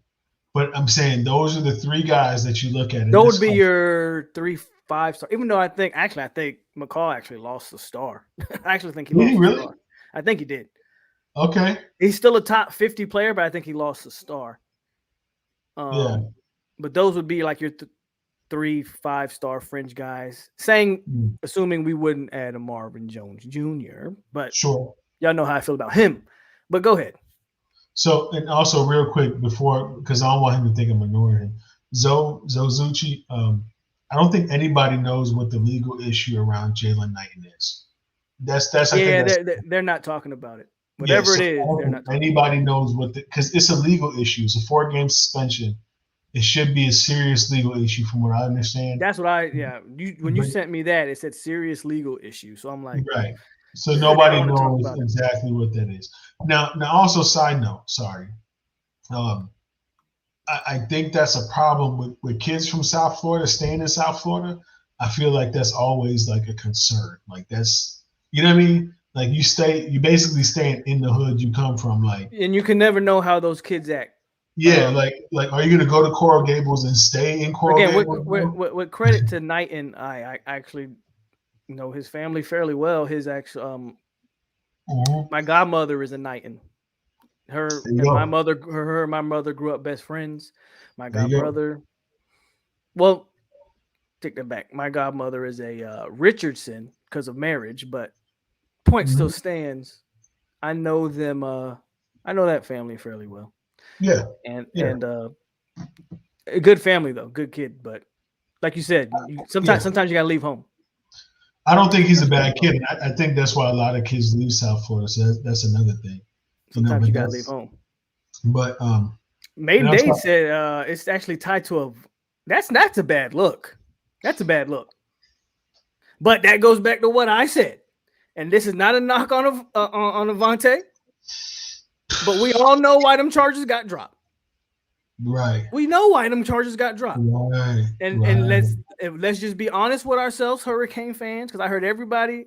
This isn't you, Jerg, obviously, but a lot of Hurricane fans capping. Oh, he's innocent.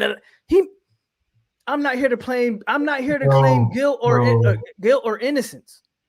Bro. But that woman dropped them charges for a reason. For one reason. Listen, Adrian, and if he was completely exonerated, he wouldn't be serving a 6-game suspension right now. Right.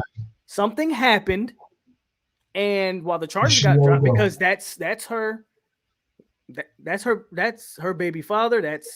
That's their chance to get out of the hood. Let's just call it what it is, and it is what it is. But Maine said he didn't do anything wrong, and that's fair. Maybe he's a witness to it. Maybe he was there at the time it happened. And bro, let me just throw something out there to y'all. It is what it is. Adrian has a daughter. I have a daughter. We're not stupid, right? That boy done messed up. We don't know what he did, but he done messed up, and she saved that kid. And he saved that kid. She's saving him. Thank you. And that's coming from a Miami fan. Forget what I'm talking about. Listen to Jerg. because I said it to you from the get-go, Adrian. We knew that the charges was going to be dropped because Bro, that's I told his you that thing. the day it came out. I said, That's bro, his she's gonna thing. drop those charges. That happens 9 times out of 10 in these situations. Mhm. The women always end up dropping the charges because this man has a chance to be a millionaire in a couple years. Right. Now, real quick. Where did we get off topic at? Because I know we moved to the night thing. Bro, we just be talking. We just be talking. I don't want to ignore anything, right? No, we just talking. So I agree with Tyler right here, though. Just off again, don't jump another topic real quick. Sure. But the more I watch McCall, I actually agree with you, Tyler. Now he can be a field safety. I do think McCall can play the back end safety, like I'm not saying he's this guy, but like a Matthew or like somebody who can just patrol the middle of the field. But I agree with you. I think McCall should be a wide receiver because he is a guy that with the ball in his hands, he makes money. Didn't we McCall say the with the balls in? Go ahead. I'm sorry. Didn't we say the opposite though of Travis? And it's not to knock Travis as a pass catcher, but when Travis gets the ball in his hands, I think at the college level, he's not going to be that twitchy guy that bends through a defense, right? But to your point, Adrian, that might be McCall. I think right? with Travis, and again, I'm biased, but I just think he's the total package. I just think with Travis, his upside is so much higher on the DB room.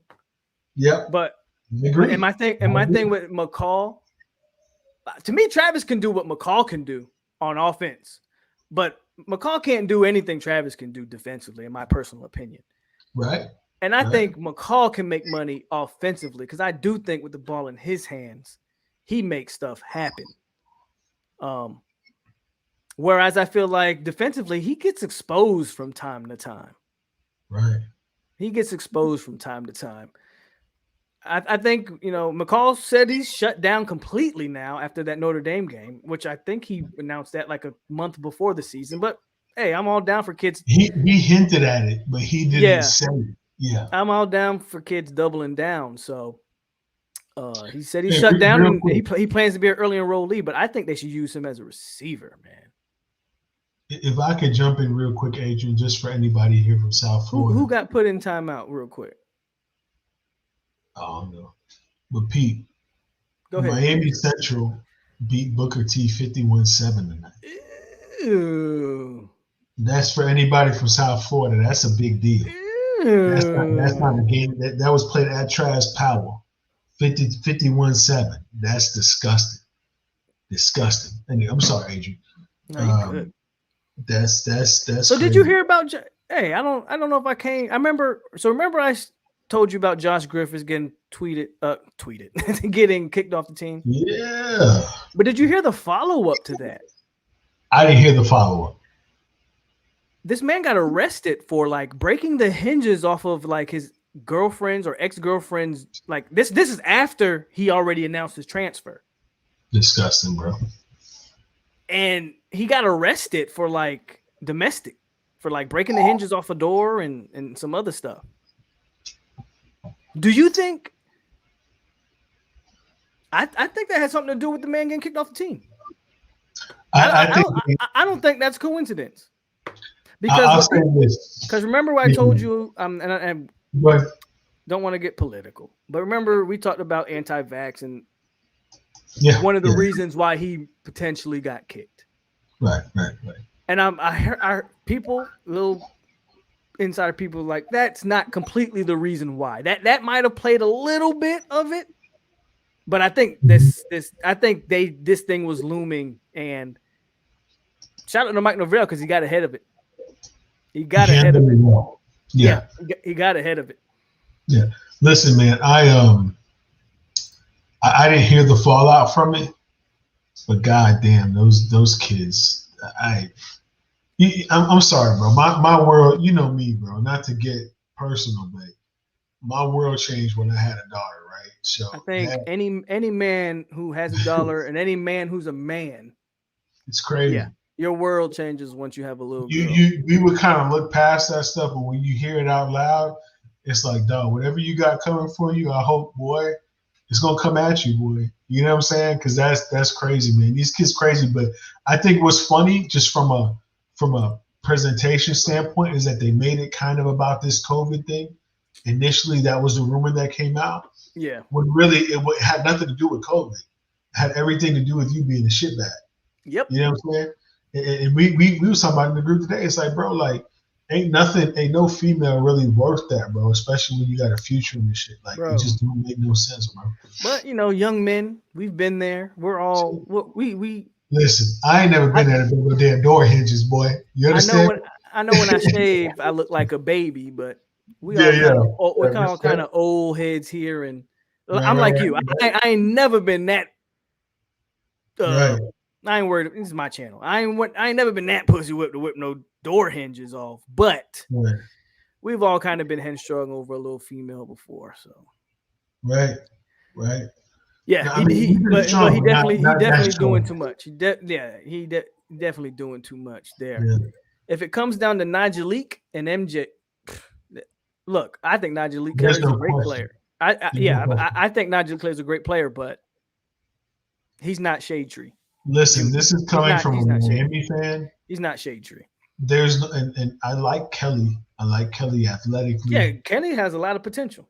NFL body. He'll be NFL size. NFL size for sure. If he was at Miami right now, I think if he comes in next year, he sits for at least a year before he gets clocked. Especially because that's a position we've developed pretty well. I would take Marvin Jones Jr. in a heartbeat. I sent you, Adrian, the clips from Marvin Jones Jr. at Miami camp. At the kayak camp? Yeah, the kayak paradise kumbaya camp. Yeah. But his knee bend, his waistband, his length is elite. Insane. And I don't even use that word that often on this channel. Yeah. Because I think people use the word elite way too often. Yeah. But Marvin Jones Jr., man, y'all know how I feel about him if you've been a fan of this channel for more than a day. So that's no knock on Kelly. Like you said, I think Kelly's got high potential, NFL size, could be a great player, but Marvin Jones Jr. What I honestly think happens, Adrian, if we go on the run that I think we go on, I think we finish 10-2, 11-1. Look at this guy. Of course. Let's get fuck out of here. You can pop in, but whatever. Yeah. But I think we go 10-2, 11-1. I think we get Shamar. I really do think we get Shamar. And if we get Shamar and we tag him with Nigelique, I think we have a great. You really think you get Shamar? I think we get him. Proximity. This is purely proximity bias. But the couple people that I follow that I pay attention to this thing. Yeah. In terms of recruiting that actually have been on point with their calls. Yeah. Have called Shamar coming to Miami. So I know Jimbo's turning up the pressure. I hear Ohio State's turning up the pressure on him too. They both can do what they want to do, but who's 10 miles away? No, I get you. You know what I'm saying? So that's what it is. That's what it is. Marvin Jones Jr., if he leaves the state, and I've always said this to everybody, and I've told you this, Adrian, don't go to the corny good old boy schools. Don't go to Georgia. Well, you know how I feel about that crap. Yeah, I mean, go make a name for yourself, bro. Guys wanting to ride the coattails and shit. I get it, but man, come on. It's true. Hey, Mr. John White, I will promise you, there is still a very big glimmer of hope for Miami in that Jamar Stewart recruitment. I promise you that. The people that I know that pay attention to this thing, they're still betting that he comes. POLK got that silk. So don't say that, Zoe. Adrian, but again, if Shamar leaves to not Shamar, if MJJ leaves to go to LSU, I'm not mad at him. Just don't go to the cornball. Just don't go to the cornball schools. You know, I don't think it's LSU though, but I could be wrong. I think it's Ohio State or something. Shamar ain't going to damn UGA first. But no, hell with that.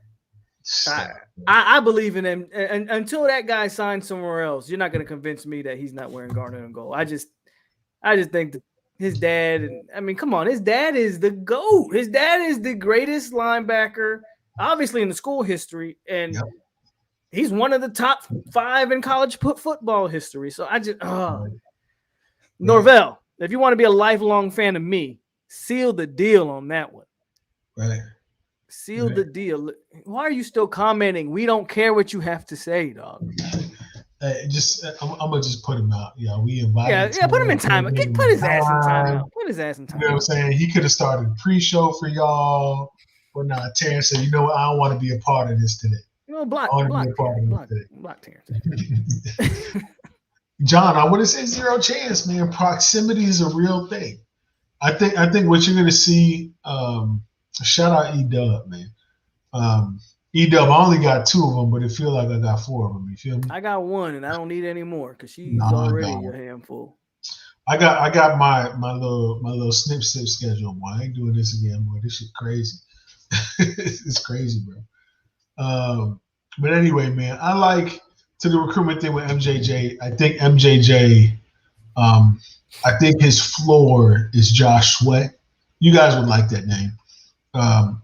I think his floor is Josh Sweat. I think his ceiling is certified first round, whatever you call it. That's what I think his ceiling is.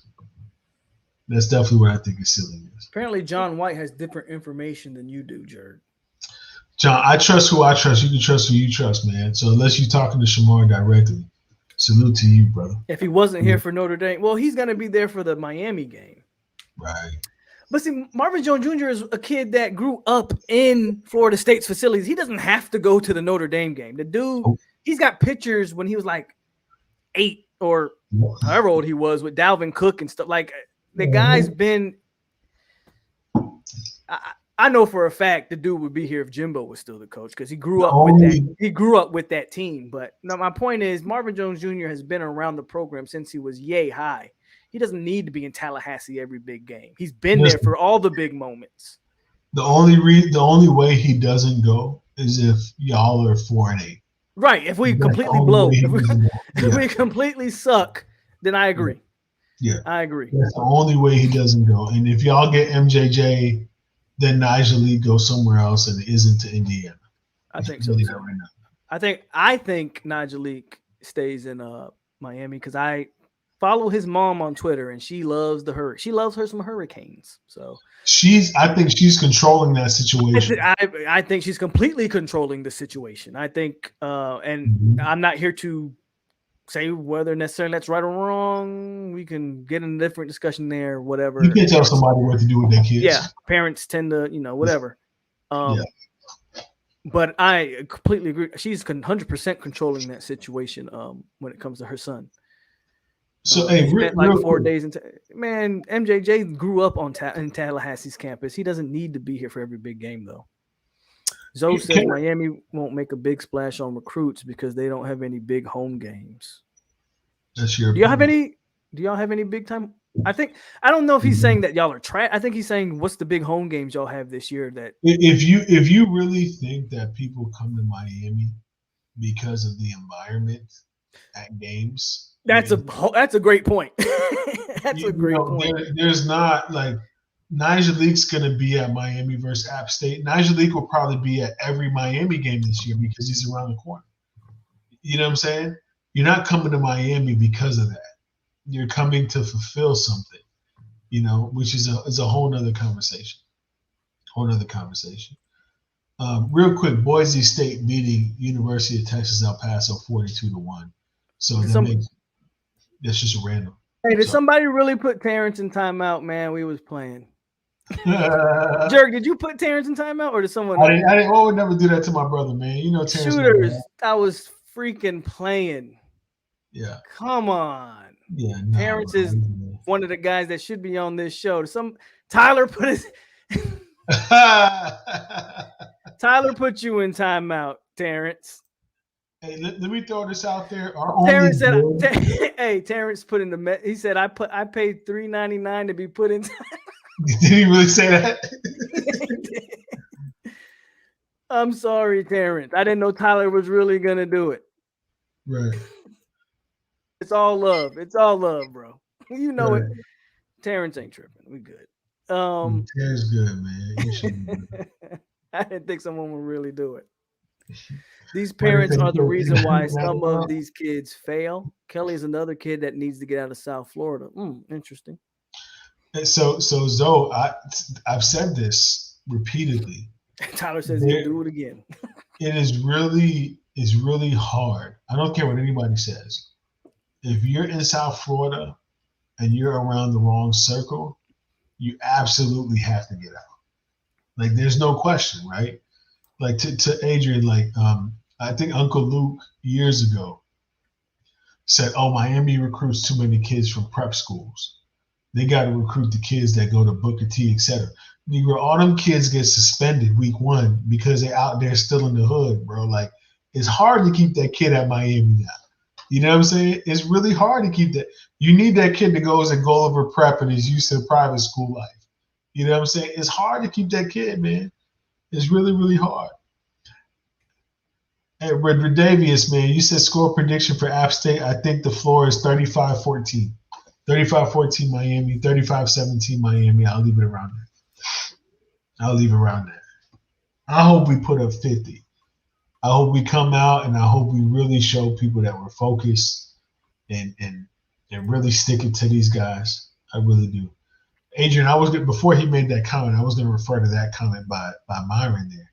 He says McCall's a free safety. I don't see that. I don't see a natural free safety. I don't know what you see.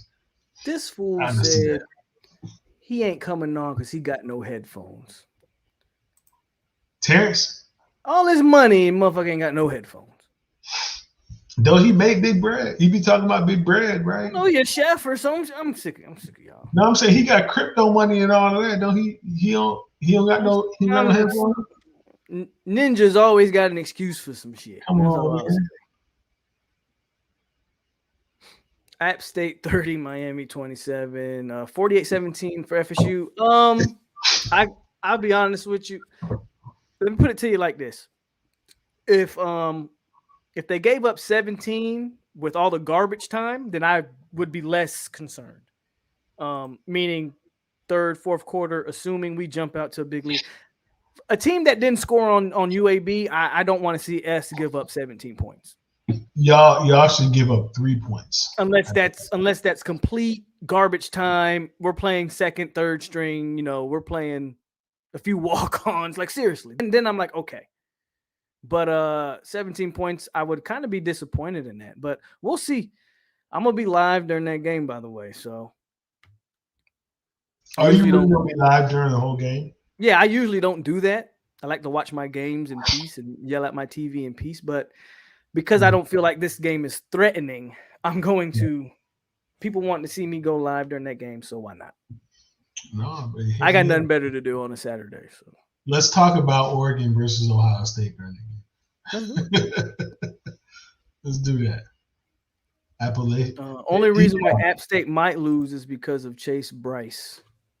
Well, he definitely sucks. Well, y'all really be out here. Like, y'all really be out here fueling this.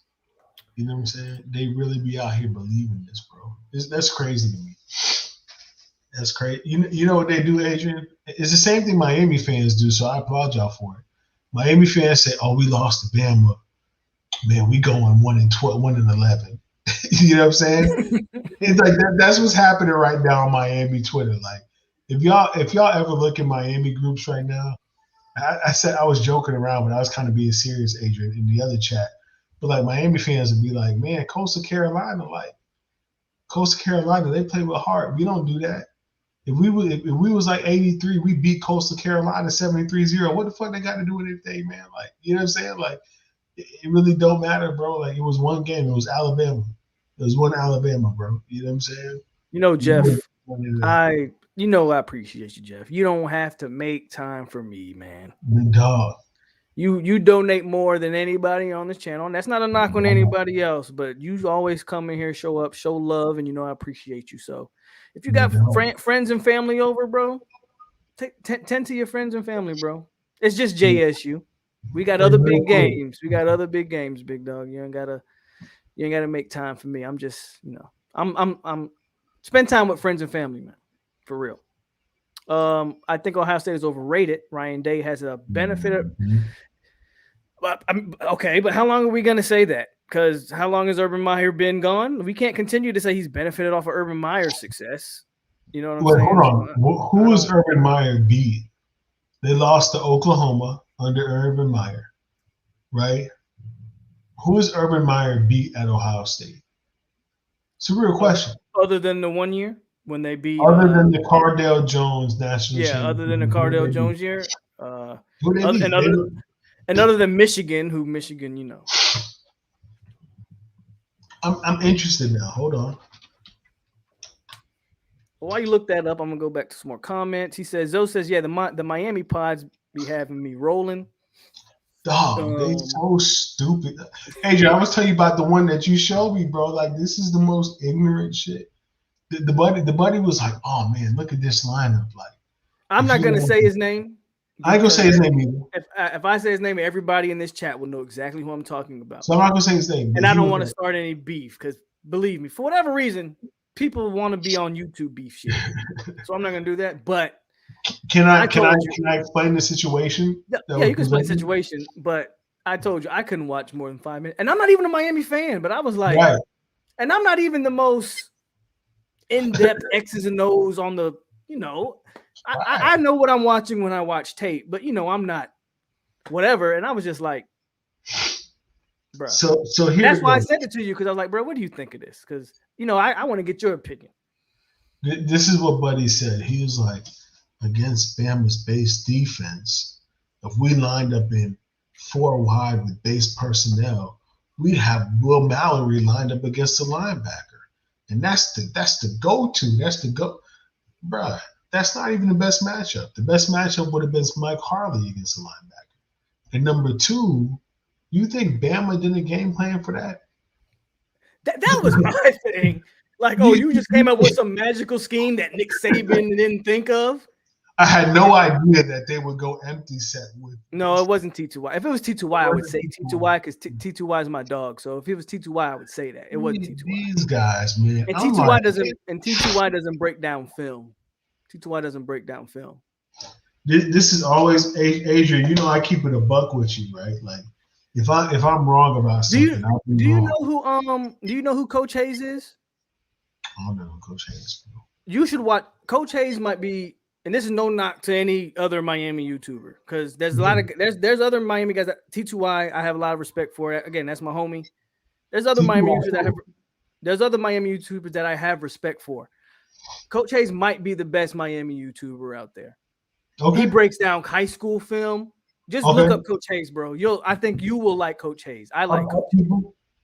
I don't be listening to a lot just because, again, to what we just experienced. I know, but you would like Coach Hayes though. Yeah. I'm gonna check him right now, but yeah, Buddy was like, "Oh, Will Mallory on the linebacker." I'm like, they would bracket the shit out of Will Mallory and still keep a 6-man box. It's Alabama. You know what I'm saying? Like they had us ate up from the get-go, bro. Like, just shut up. You know? Just shut the hell up for real, bro.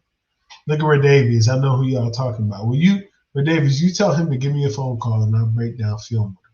You know what I'm saying? We can talk about that. Yeah, Coach Hayes coached at New Orleans. Coach Hayes is legit. All right, bro. Coach Hayes is legit. And no, again, it's not T2Y. Again, if it was T2Y, I'd be like, man, T2Y said some dumb shit. Because, again, that's my dude. So, no, not T2Y. And like you said, T2Y don't watch film. He watches football, but he doesn't watch film. He, T2Y trolls us all day. Shout out to Seminole T2Y. That's my guy. Right. Seminole that's crazy, bro. He makes more Seminole videos than he makes Miami videos. Here you go. Here you go. Look at it. T2Y just be about a DF. The same way he don't watch film is the same way you don't pull up. You know what I'm saying? Yeah, for real. We gave DF 3 weeks notice. He just capped. Man, I'm still waiting to go to the burger joint, bro. He still ain't hit me up, bro. He still ain't hit me up. I like Coach Hayes.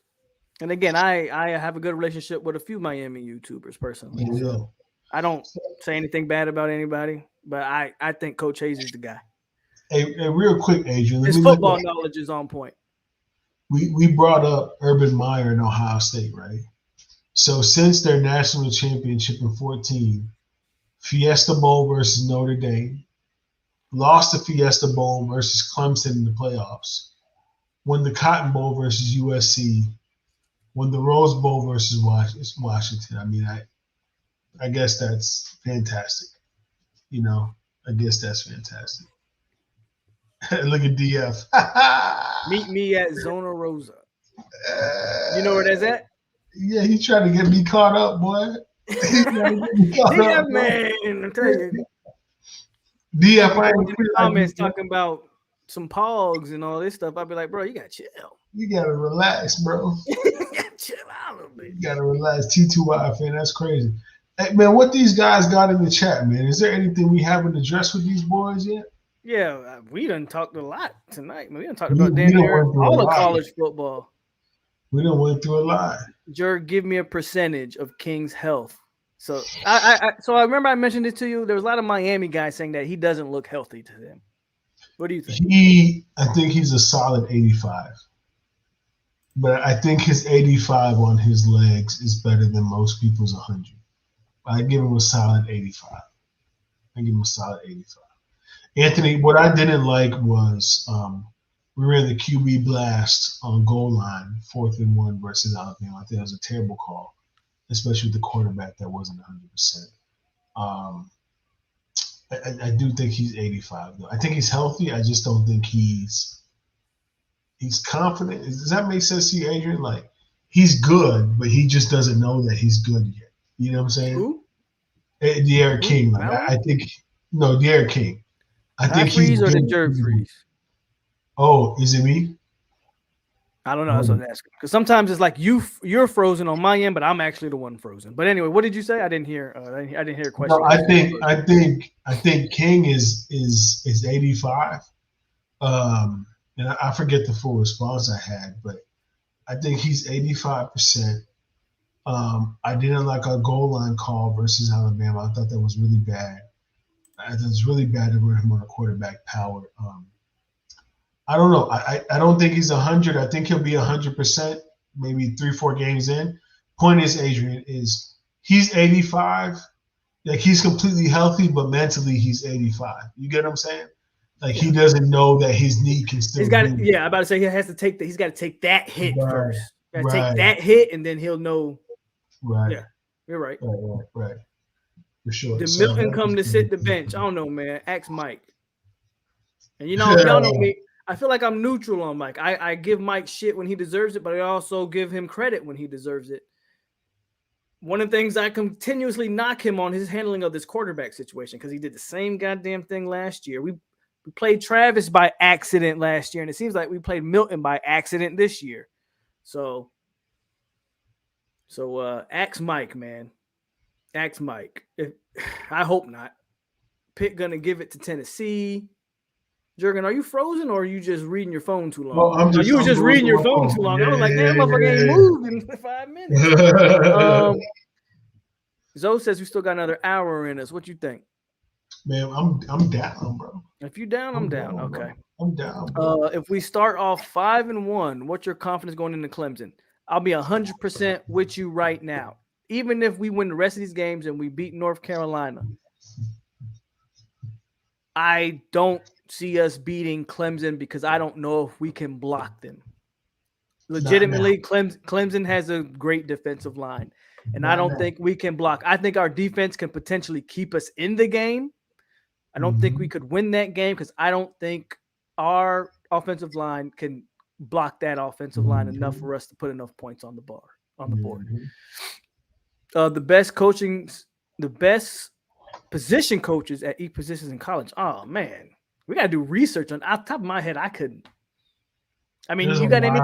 Yeah, I mean, I don't know if Jerg's got some guys off the top of his head, but that's something I'd have to get back with you, Mayan. Like, I'll tell you right now, before I head to the restroom, Partridge at Pittsburgh is the best defensive line. Well, we've talked about him, and that's the guy. That's the guy who I want to take over Odell's spot. So we've definitely talked about him. Jerk's about to go pee. So many FSU fans acting like Milton is too fragile. In my opinion, we have him on scholarship. I agree.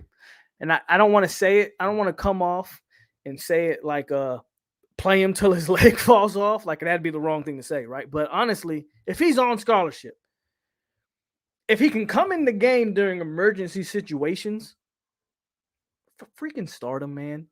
Like start him. Joe Milton's not good. What if Mike Norvell is the next great coach? And UM is still searching after Diaz. And he asked that to Coach Jerg, but Jerg went to pee real quick. And he need to hurry up because I gotta pee. That's what happens when you're drinking. By the way, if you're drinking tonight, man, put what you're drinking in the chat. I know DF's always on Hennessy and apple juice. Somebody said real early on they were on. Damn, I forget. I think it was like a Dos Equis or something. But if you're drinking tonight, man, let me know what you're drinking in the chat. Polk, did you see Dillingham interview? Yes, I did.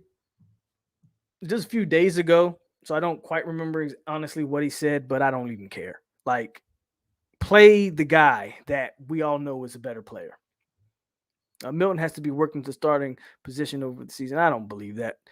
Tyler on the rum and coke. That's a good old classic where you can never go wrong with that. John White says Johnny Walker Blue. Me, see, I'll be trying all these different seltzers. So I did the Bud Light seltzer to see how those taste. Again, tomorrow during the game, I'll probably go with the old classic, my game day drink. But tonight I'm on some little seltzers. Basically, I just try to, not can't drink too much hard liquor all the time because I'm an alcoholic. That could be a topic in the off season. Crown Peach, hey, that's what I got right here, bro. That's what we'll be drinking during the game tomorrow. But you can never go wrong with the Crown Peach. This Crown Peach is scary because it's so smooth. Before you know it, you've drunk this whole bottle and you're on a whole nother planet. Dilly basically said he called a shit game. Okay. Odell will be here until he's like 70. Stop trying to retire Coach Odell. No, I'm not. Because now I'll give Odell credit. Them D tackles played their ass off against Notre Dame. I thought Lovett and Coop played a hell of a game. But he's still got to get on that trail. Right. Drinking V8. Hey, that's what your thing is. Hey, stay healthy, my man. V8 and vodka. Yeah. Stay healthy, my man. I smoke on game days. Okay. 1738. I love it.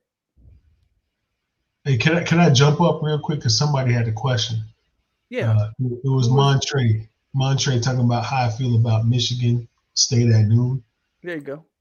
We should. And while you answer that, I'm going to take my turn to pee. That's fine. Montre, we should mop them. Michigan State, an up north team in Miami, at what would be 11 o'clock in their morning on a Saturday, we should mop them. I mean, they hamstring cramps galore. That shouldn't be close. That shouldn't even be close.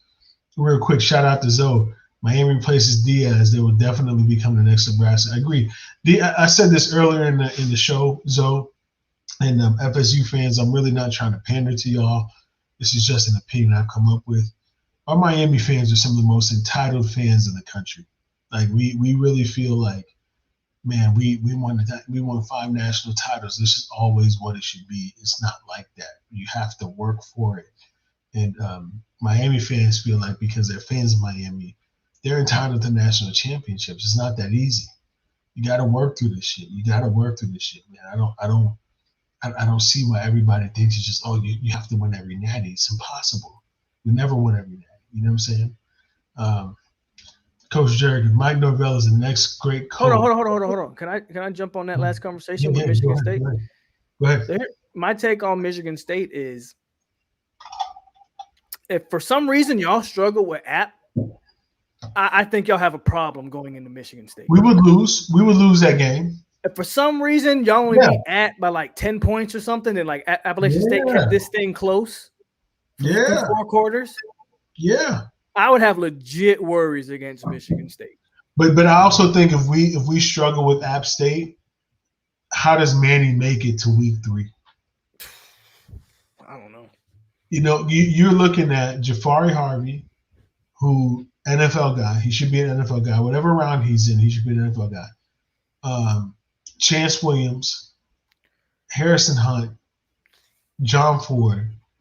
We should be able to control the line of scrimmage the whole game. We should be in a 5-man front the whole game. There's no reason why we shouldn't control that team. But Manny's got to get it together. He's got to get it together. If we struggle in that game, I really don't know how he makes it to Michigan State. I don't know. And that's 1738. I've never bought a bottle of 1738 to keep at home. Man, I got one downstairs. I try to not. I get on 1738. And like Clyde say, that Remy turned me into a whore. My wife she better be careful because she getting in trouble. Halo number 3 coming through. No, and that's not happening. 2 and that's it. Tyler says, can UGA score more than 30? They better. They better. If UGA can't score 30 on UAB, that defense could be whatever it is. They won't win shit this year if UGA can't find a way to score 30 on UAB. If I could real quick, your boy DF again came back. What if Mike Norvell is the next great coach? Where's DF at? He's way up there, 1042. Yeah, Mike Norvell is the next great coach, and UM is still searching after Diaz. I don't know how to predict what ifs. I don't know how likely that is. I was just about to say, be nice, because that's a what if question. Yeah, I don't know how likely. I think if you told me 3 years from now this was a budding rivalry between two coaches at 2-story programs, I believe that. I think you could buy into that, Adrian. If we're going into 2023, 2024, Miami, Florida State, and these are the next two, I can see these being the next two great coaches. If they don't if they give Manny a chance. Well, yeah, I mean, of course, I think, but now because Norvell's not going anywhere, guys. The organization is giving Manny a chance, right? For what I've heard, if there's a chance that if Manny is a 9-win guy, 10-win guy through next year, he'll get an extension. Okay, that's what I've heard. So I don't think he's really going anywhere unless he fumbles this thing completely, right? So if you told me in 2023, 2024 that Norvell versus Diaz is the new version of, Schnellenberger versus Bowden, I'd be like, okay, I can believe that. I hope Norvell's that. I don't know if Norvell is that, just for my take on it. I don't know if either of them are that. I'm just saying that was it. If you were to put a gun to my head and said, predict the future, my prediction would be, I think Norvell's setting up the next big guy. That would be my prediction right now. I like what he's building. I don't know if he's a good enough now, maybe he can grow into being that coach, but if you made me judge right now, I don't think Norvell's the coach that gets you where you want to be. But I do think he's putting structural things in place that when that next guy gets the job, if it happens, I think he can take off with it. Can I just add to that? Because that's how I feel about Manny. Manny's only good at two things, right? Defensive ends and safeties, right? He addresses the back end. He addresses the edge rush.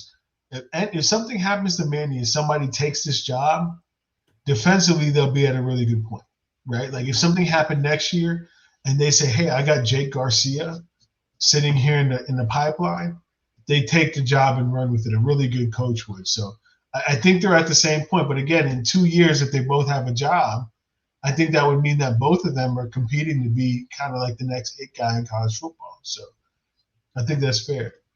What do you think about what our Davies just said here? That's what I was going to I 100% agree.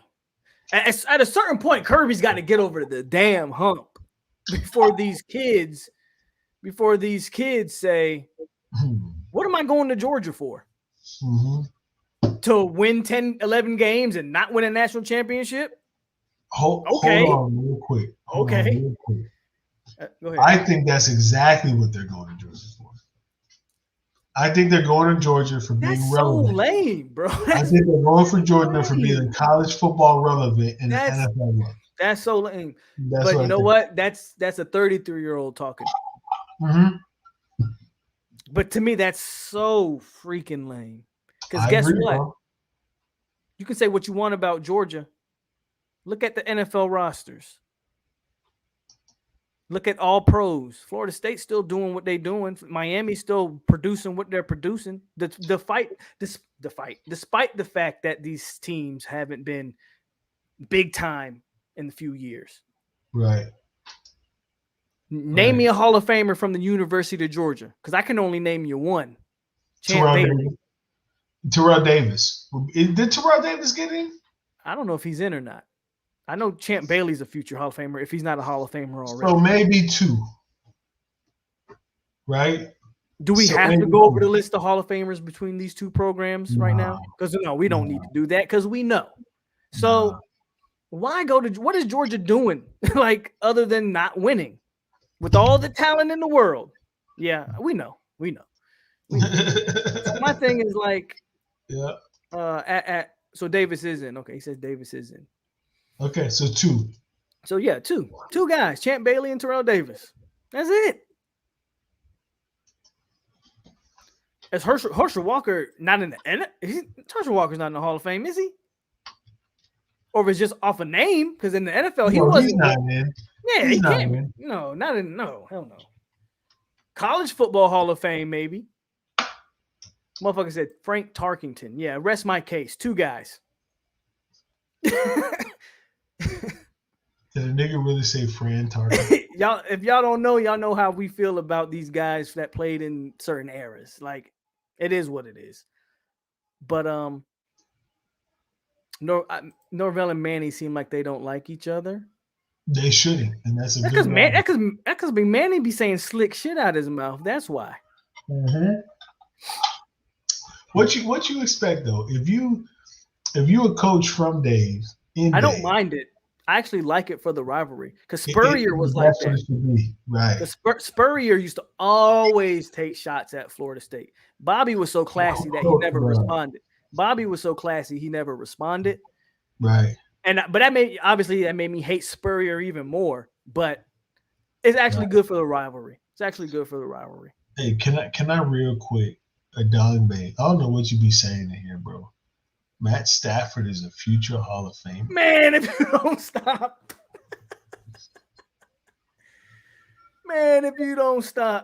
Crazy. Hold on one second, bro. If you don't stop, Adong Bay, come on, man. Matt Stafford.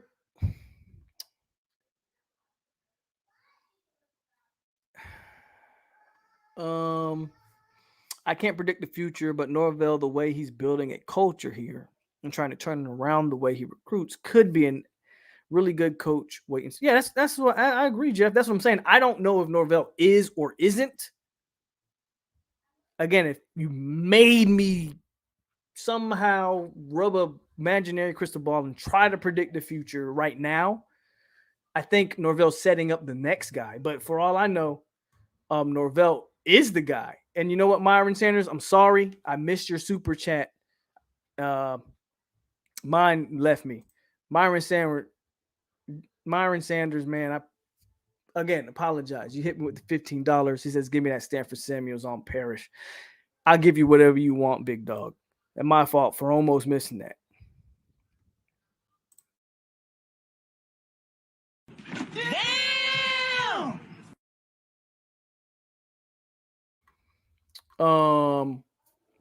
Athens is a college town away from South Florida. It's a different experience for Florida kids. Kirby had Justin Fields, and he messed that up and decided to go with Fromm. Highest rated recruit ever, and let him go because Jake Fromm. He should have been fired immediately. Manny is an FSU grad. Yes, he is. Atkinson, Gene Atkinson, Donald. Did you see what? Why did I? As soon as you came back, yeah. What are you? What? DF's drunk. He's drunk. He's drunk. Are you at Zona Rosa right now, DF? DF's drunk. Myron's on that scotch. Johnny Walker Black Label. Hey, DF, if you at Zona Rosa right now, I'll come through. If you at Zona Hey, Rosa what's right now, up, I'll come through. AR? My Marine brother. What's going on with you? He says UGA 15-0. I hope so. Again, this is the year. I won't say I hope so, but hell, this is the year. This is the year. I can't wait to play the Gators. My only problem with playing that damn team is that we play them last. And I believe by then they'll have something figured out offensively. Correct. Would you rather beat the Gators every year but lose to Miami every year, or beat Miami? That's a double-sworded question. Here's my thing with that.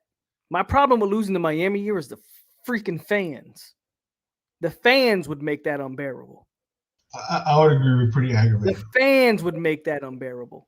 I would probably rather beat the Gators, quite honestly, because again, there's nothing out of Gainesville that if Gainesville got hit by a meteor tomorrow and was obliterated off the map, I definitely wouldn't care.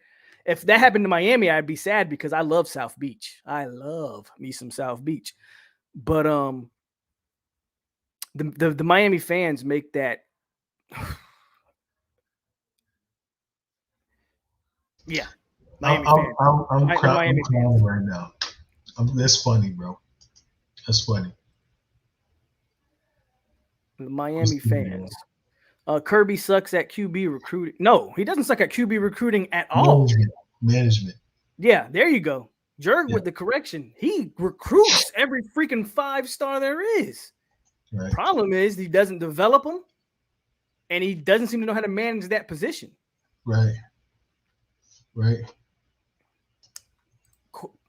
Carey says, "Will Miami ever bench a healthy King?" I think Miami. I think we're too loyal in a good way to De'Aaron King. This is supposed to be transfer destination U, right? I don't think we can treat De'Aaron King bad if we want to maintain that image. My opinion. Just my opinion.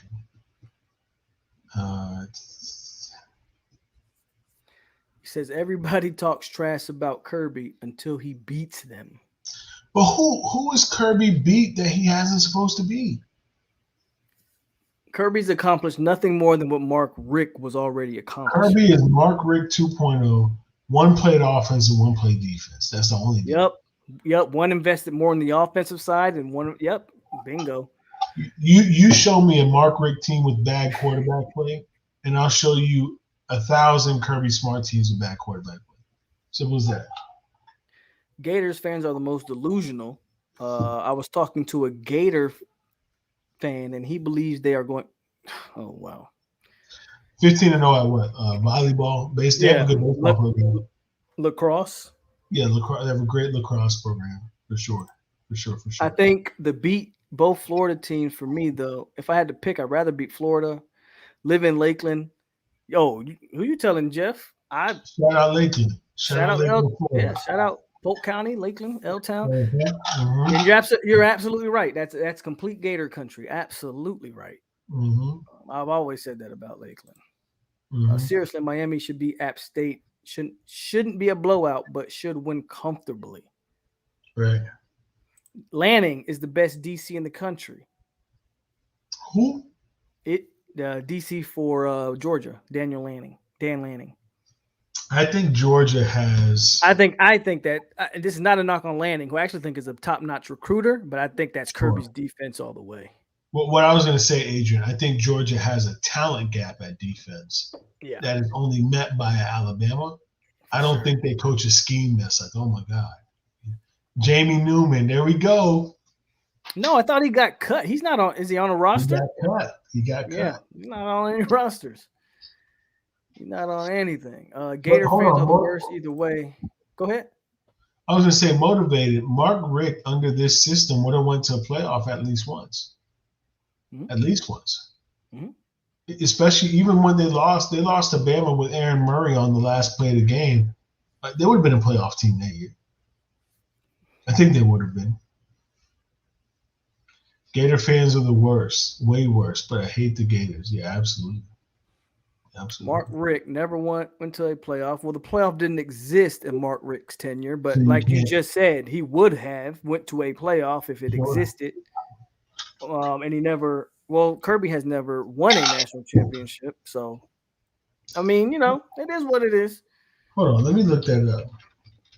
List of UGA football seasons. Let's see what comes up, because we should see the first 5 for each, right? Yeah, do the first 5. Kirby's fourth down call against Bama will follow him to his grave. So hold on, never get that close. So hear me out. Kirby's first year, 8-5. Mark Richt goes 8-4, right? Yep. Kirby's second year, 13-2. Mark Richt goes 13-1. So right? Time out. Let's just stop right there. He would have been in the playoffs, right? Correct. He won a Sugar Bowl that year. 13-1. Mark Richt 13-1. This is kind of weird, Adrian. So year 3, Kirby goes 11-3. Mark Richt goes 11-3. So they're the same coach, like we saying. And at this point, they're both 2-1 in bowl games, right? Year 4, Mark Richt goes 10-2. Now Kirby goes 10-3. Excuse me, 11-3 in year 2. But Kirby loses the Sugar Bowl. Mark Richt wins the Outback Bowl. So Mark Richt is now 3-1 in bowl games versus Kobe's. Excuse me. What did I say? You said at one point they were both 2-1, I think. So I got it wrong. 10-2 for Mark Richt year 4. Kirby's 12-2 year 4. They both have bowl wins. So they're both 3-1 in bowl games at this point, right? With almost identical records. Right. Mark Richt has 21, 32, 42 wins. Kirby has 23, 35, 43 wins. So they're not that far apart, right? Now, COVID, I'm going to exclude the COVID year. Okay. Kirby's 8-2, but Mark Richt is 10-3, right? So there's really no separation. So again, they're the exact same. Like we said this without. We didn't even you did the research, but we didn't even have to look up the records to know that we're looking at the same coach. One prioritizes defense, the other prioritizes offense. The same coach, man. Right. Mark Richt has never messed up a quarterback situation. Never. Ever. Never. They're the same coach. Kirby's not. I've been saying this. Kirby has not done anything that Mark Richt wasn't already doing. And if we had a playoff system, Mark Richt would have made the playoffs. Right. Absolutely. I'll wait for your rebuttal, AR.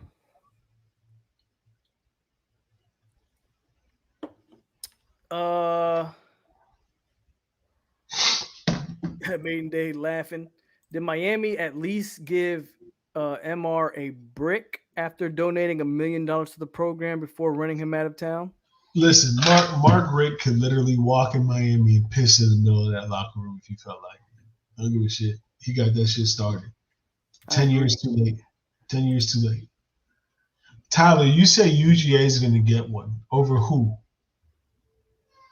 Over who is UGA going to get one? Do you got an answer, Alo? Oh, no doubt Mark Richt would have started Justin Fields. Mark Richt would have had Justin Fields as the best quarterback in the country by year. Yeah, no doubt. Without a doubt.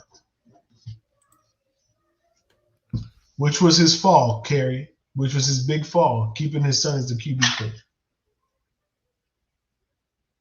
Terrell Davis is in, Herschel is not. How many Hurricanes we got in right now? We got 9 in? 8 in? And we got a couple pending. Mike, Warren Sapp, Ted Hendricks, that's way long ago.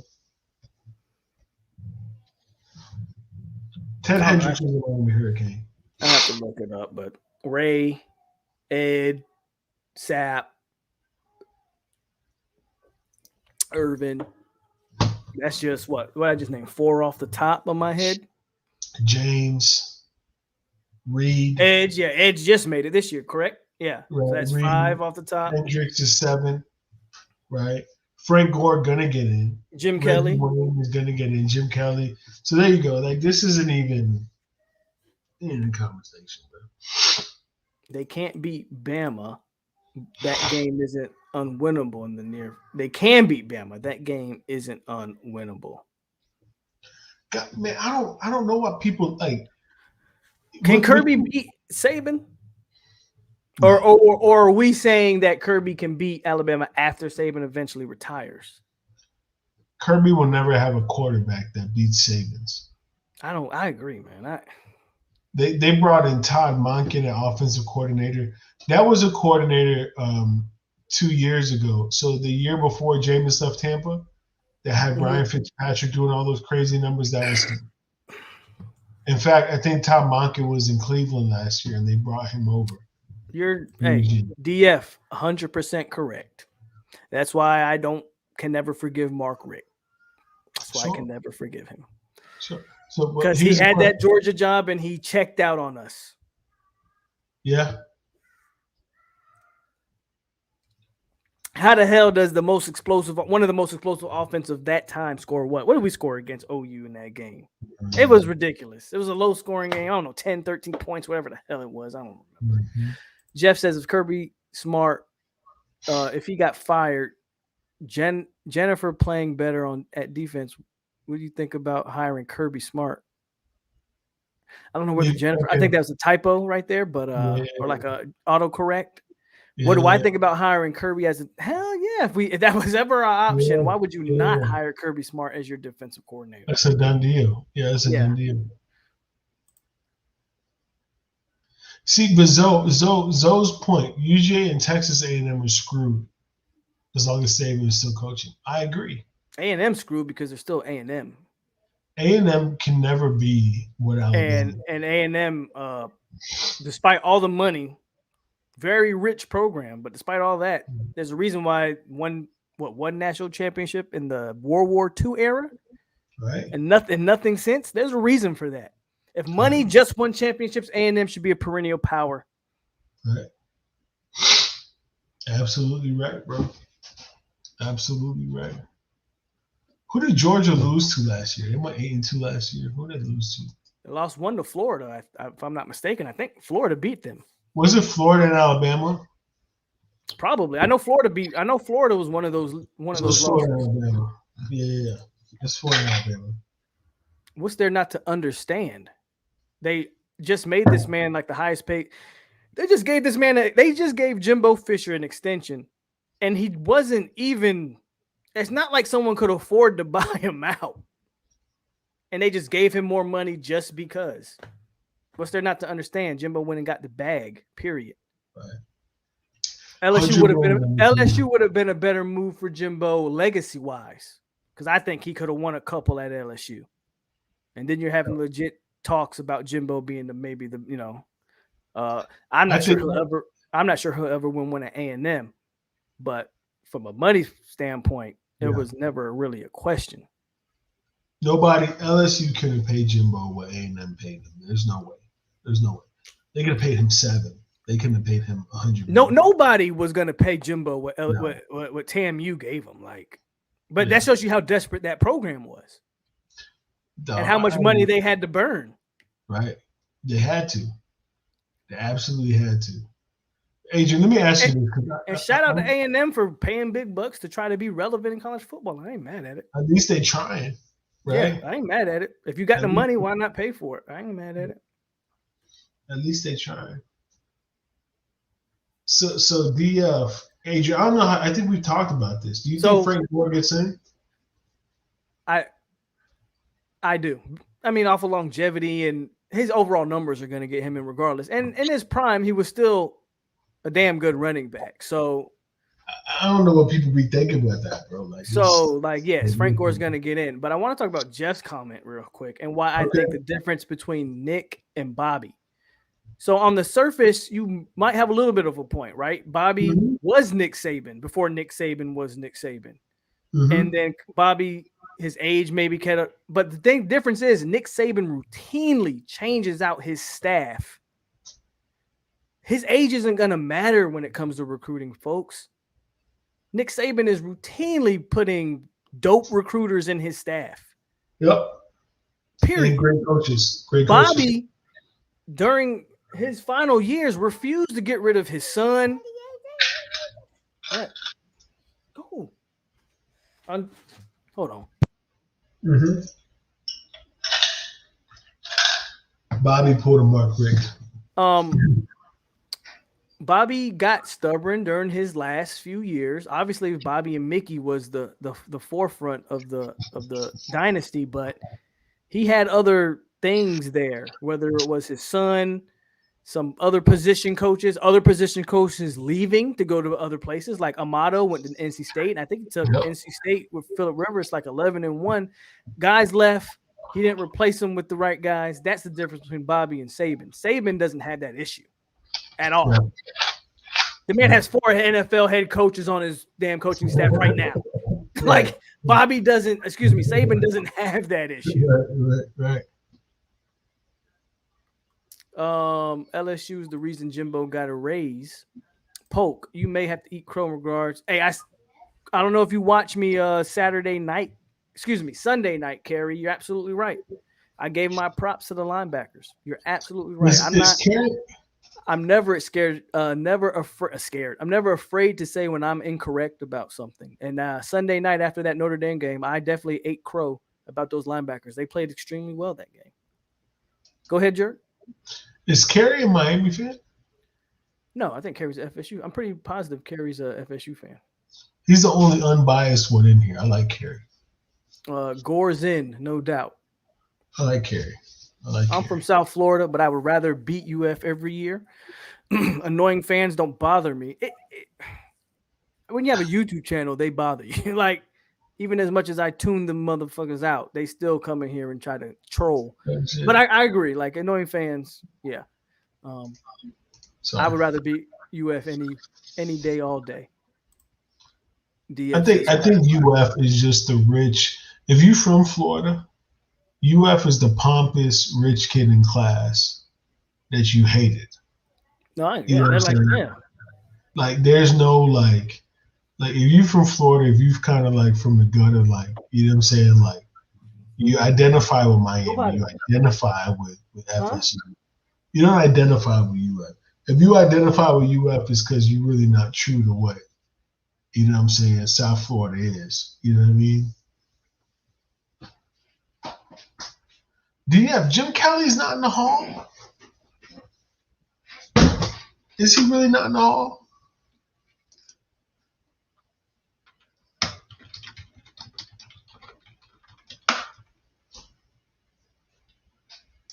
I gotta look that up. I thought Jim was in.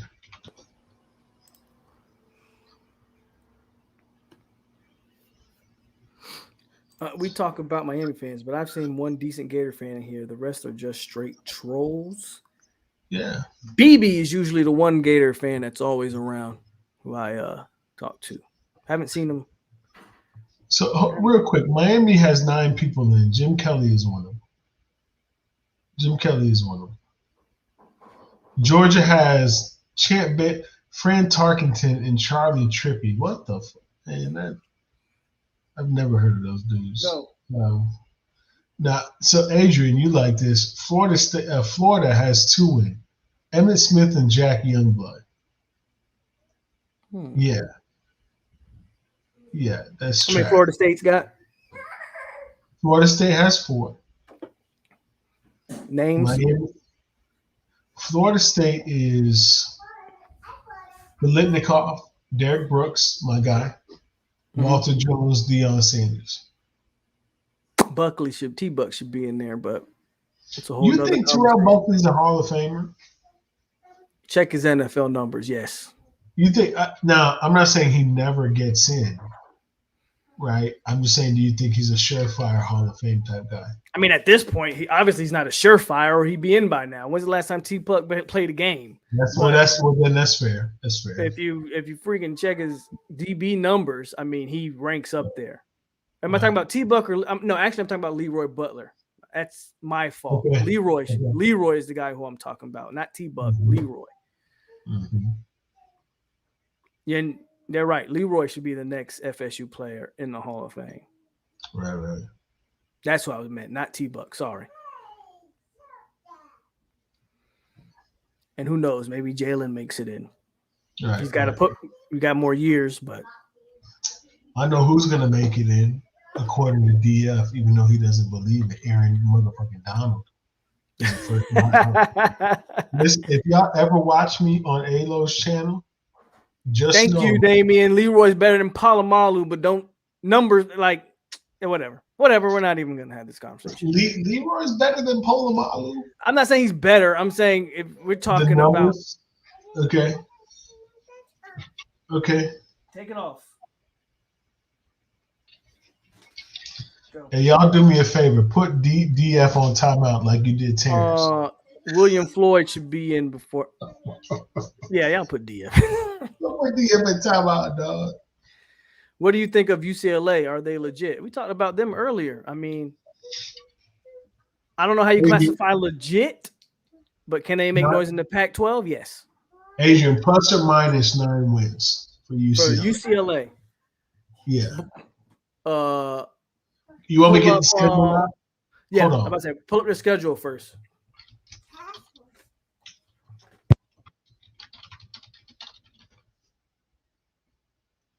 Let's see.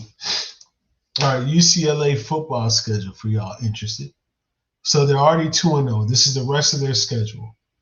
At home versus Fresno State, who gave Oregon trouble. At Stanford. At home versus Arizona State.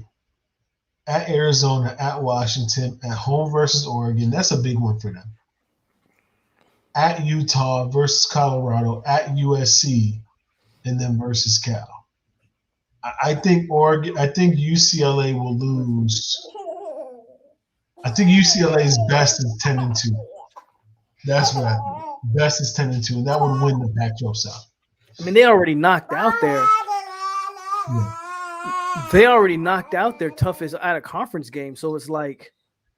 I think they'll finish 10-2 and win the Pac-12. Like my thing is like they can do their thing of the rest of the Pac-12. I mean, Oregon will be a shootout probably. USC, that'll be a tough game, but like, right. It wouldn't shock me if Chip pulled. It wouldn't shock me if UCLA was in like the Pac-12 championship or something. Yeah, I think they'll win the Pac-12 South. Yeah, be like UCLA versus Oregon, something like that. Yep, something like that. 8 wins to 4. I think that's fair. Arizona State, Mayan. Just be wary. The more Chip gets time, the years to come, this team will win a Pac-12 title. For sure. I will say that right now. UCLA in the next 3 years will win a Pac-12 title. I'm pretty convinced. If I could address mine real quick, I don't think Arizona State wins it. I don't think they're going to be better coached than UCLA is. I don't think so. I don't know about you, Adrian. I don't think they'll be better coached. Herm is still there, correct? Mm-hmm. I'll be honest with you. Herm did a lot better than I thought he was going to do in college. But it's Herm Chip Kelly. But Herm's not. Yeah, I'm about to say. But Herm's not going to out college Chip Kelly. Right. Kerry, shout out. I like Kerry, man. Kerry watches football, man. I got some smart fans. I do have some smart fans. Football. Kerry watches football. I have smart fans in the chat, bro. I like him. I don't know if Tom Herman's overrated. I think Texas football culture is soft. Yeah, Texas, man, they don't give you a chance. I think Texas football culture is really, really soft right now. This is my opinion. Just my opinion. I think Texas football culture is really, really soft right now. I've got the UCLA. Hey, Kerry, man, you right on. Who is DTR? Darian Thompson Robinson, which is the UCLA kid. I think with numbers, right? That. You don't think with numbers that maybe numbers wise, but yeah, he's got some flaws in his game. But for sure, he might put up some numbers. He'll take advantage of a 5th year. Yeah, I'll tell you that. Frank Gore got 7,000 yards when his team was losing in mop-up time. He was the ultimate loser, but Kane fans don't want to talk about when he got DF, do me a favor, wherever you at, just turn the phone off. Turn the phone off. Call your Uber when you're ready to leave. In fact, bro, I'll come pick you up when you're ready to leave wherever you at. Just turn the phone off, dog. It's cool. It's cool. You don't have to be like that in public, bro. You know?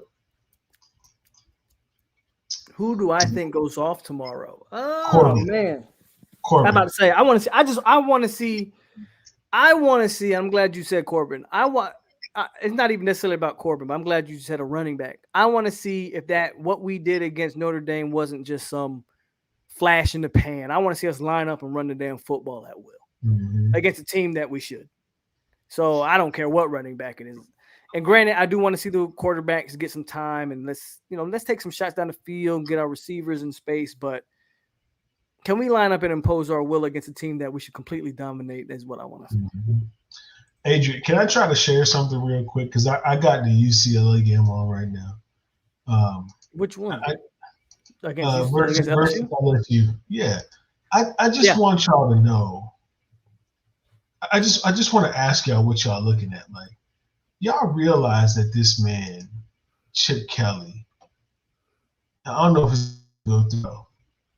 This guy's a genius, right? Let's get through this offensive staff. Adrian, can you still see me here? Yeah. I just put it. Hold on. Let me take yeah. Okay. Go ahead. Yeah. At LSU, they got basically a freshman quarterback in Johnson, right? He doesn't look too good, right? Here goes the punt. I just want y'all to see what Chip Kelly be doing to these dudes. And I'm so happy that Kerry brought it up, man. But I just want y'all to see what UCLA be doing to these dudes. Like, for all you guys that played football before, like, coach give you the reasons and the rules behind lining up to certain things and things like that. Like, these guys really just completely mess up everything you learned about football when you're going through high school, man. It's great. Now, Adrian, do you think this, like, they look kind of fat up front, right? They look kind of slight. You see, they look out of shape, to be honest with you. Yeah.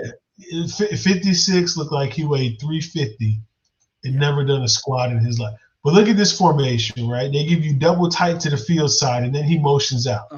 What does that do to you? And look at that. They motion bunch on you. I'm about to say, that's such an interesting freaking offensive formation, bro. That's but look, you got your corner. Your corner is right here. Your corner's in the box now, right? Yeah, that's what I'm saying. They got one out. What? So now,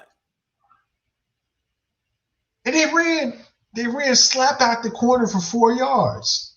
Yeah, that's good football.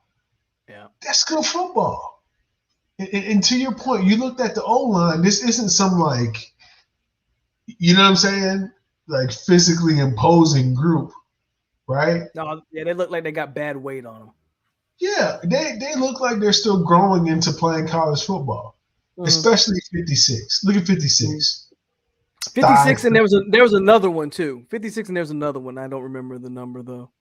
But look at this. Now you're in tight bunch. So you got almost the same formation to the opposite side, except they bring the wide receiver. They bring the wide receiver almost in like a tight end. I'm assuming that's the wide receiver right there, right? Right. If I personally, I haven't watched this play, but look at the alignment to the right side of the football, right? You're fucked. You have the middle linebacker basically over the center, and right now we're 3-on-2 to play side if we wanted to run zone that way, right? Let's see where the ball goes. Oh, now we motion. And now we motion, and they're gonna. Oh, you paused it. That's a bad run. He still got 5 yards. But That's good football, man. That's really good football right there, dog. That's what I was talking about early. Like, you're not gonna out scheme Chip, man. Kerry, I'm just happy you brought him up. Now look, you go to Monster. And Chip doesn't have to recruit the baddest dudes for this system. No, but look at it. You have 3-on-3 on the outside, right? 3-on-3 blocking. Fourth man is a receiver. And now we have 4-on-3. I don't even know what's going to happen. Like, happens. Let's see what Me happens. neither. I'm thinking quarterback sneak, but I don't know. But I'm thinking quarterback sneak. Now look, Oh, see, then he brings him back in. Chip's just fucking with you. He's Yep. just fucking with you. Now look what he gives you. He gives you bunch with the receiver covered to the top of the formation, right? And look at the backers. Look at the backers and the safeties, though. They are like they don't know what the fuck's going on at that point. And that was if Thompson Robinson was half of a Cam Newton, he gets that play, right? That's about 20-yard gain if he was anything like that. Come on, man. They had the numbers. They had everything to the outside. Chip is really just out here messing with y'all, dog. That's crazy. We went through 3 snaps in which probably nobody watching this, and look, Adangbe just said it. Nobody knew what was going on because Chip was just like, I don't care what you know. I'm just going to do what I do, right? The same thing that killed that man in the NFL is why he's a top-tier college football coach. Yep, because NFL don't give a shit what you line up in. Yeah, that shit don't work in the NFL, but that's because the athlete's different. But in college, you don't need top-tier athletes when you're playing in space. When you're playing to with the numbers, and you don't need the quality of athlete like that. No, you really don't. You really, really don't. You really, really don't. I wish I had if I could find it, I would share it too. Just for, I don't know if any Canes fans are still in here, but App State, you would appreciate, Adrian. I got to do this more often with you, bro. Alabama versus Mercer. I think Mercer with the upset. Mercer's gonna win 7-6. Right. 7-6 upset, man. Adrian, we got to get on here and go through one of these games with each other, bro. No, we can do that anytime you want, bro. What do you think about this comment? I thought he had some moments. Like I didn't watch that entire game. I did watch clips of it. There were some moments with Stingley. My problem is I don't know if who's the D coordinator over there at LSU, because I don't feel like he did anything to counteract what Chip was even like. He didn't even try. Like Aranda left. Aranda left from Baylor. Yeah, I know. Aranda left and he's head coaching at Baylor. That's why I asked, who's the DC over there at LSU right now? I don't know. I wasn't a fan of what he was trying to do to counteract. Right. With Chip, and I'm not saying that's an easy job, but damn, like, no. Come on. Mercer worth mentioning, right? LSU goes up 7-0 at 12. Okay, we got to get back to this play because UCLA scored quickly. Hold on. Okay, bring it up, and I'll put it on the screen. Yeah, I'm going to share it in a second, bro. Yes, ma'am. Do you know where Chico is? You better go find him. What the hell? He's probably downstairs. I'm there. I have to go get him. So what you guys are about to see pop up is an LSU touchdown pass. If my screen will respond, okay? Y'all know Max Johnson, speaking of FSU, son of FSU, great Brad Johnson, right? Yeah. Look what Chip does to you. So you score a touchdown. Look at the I actually remember watching this play. Yeah. So this is a beautiful touchdown from a snug formation. I call it snug. I don't know what you call it, but I call it snug, right? This is a beautiful touchdown right here from Johnson, right? Mm-hmm. If they ever show it, right? Quick out. It looks like some kind of matchup zone. Look, he's lost. The corner did his job, right? But what's the safety supposed to do here? He's stuck, right? Because he knows he has no help inside, right? So if this receiver runs a good route, he's going to be naked into the end zone. And here you go. If it plays out, boom. That's a good ball. Yeah, you put it right where it had to be, yeah. It was on time. It's a good ball out of the – and that's, again, son of former Florida State great Brad Johnson, Max Johnson. So here you go. I can't even see the formation, but it looks like they had an overload here, right? Over here to play side, and they set the receiver in a jet motion. Watch what happens next. Look at the O-line on this play, bro. Look at the tight end coming naked. But that, and you can correct me. Uh-huh. That's all set up by look where the ball is snapped.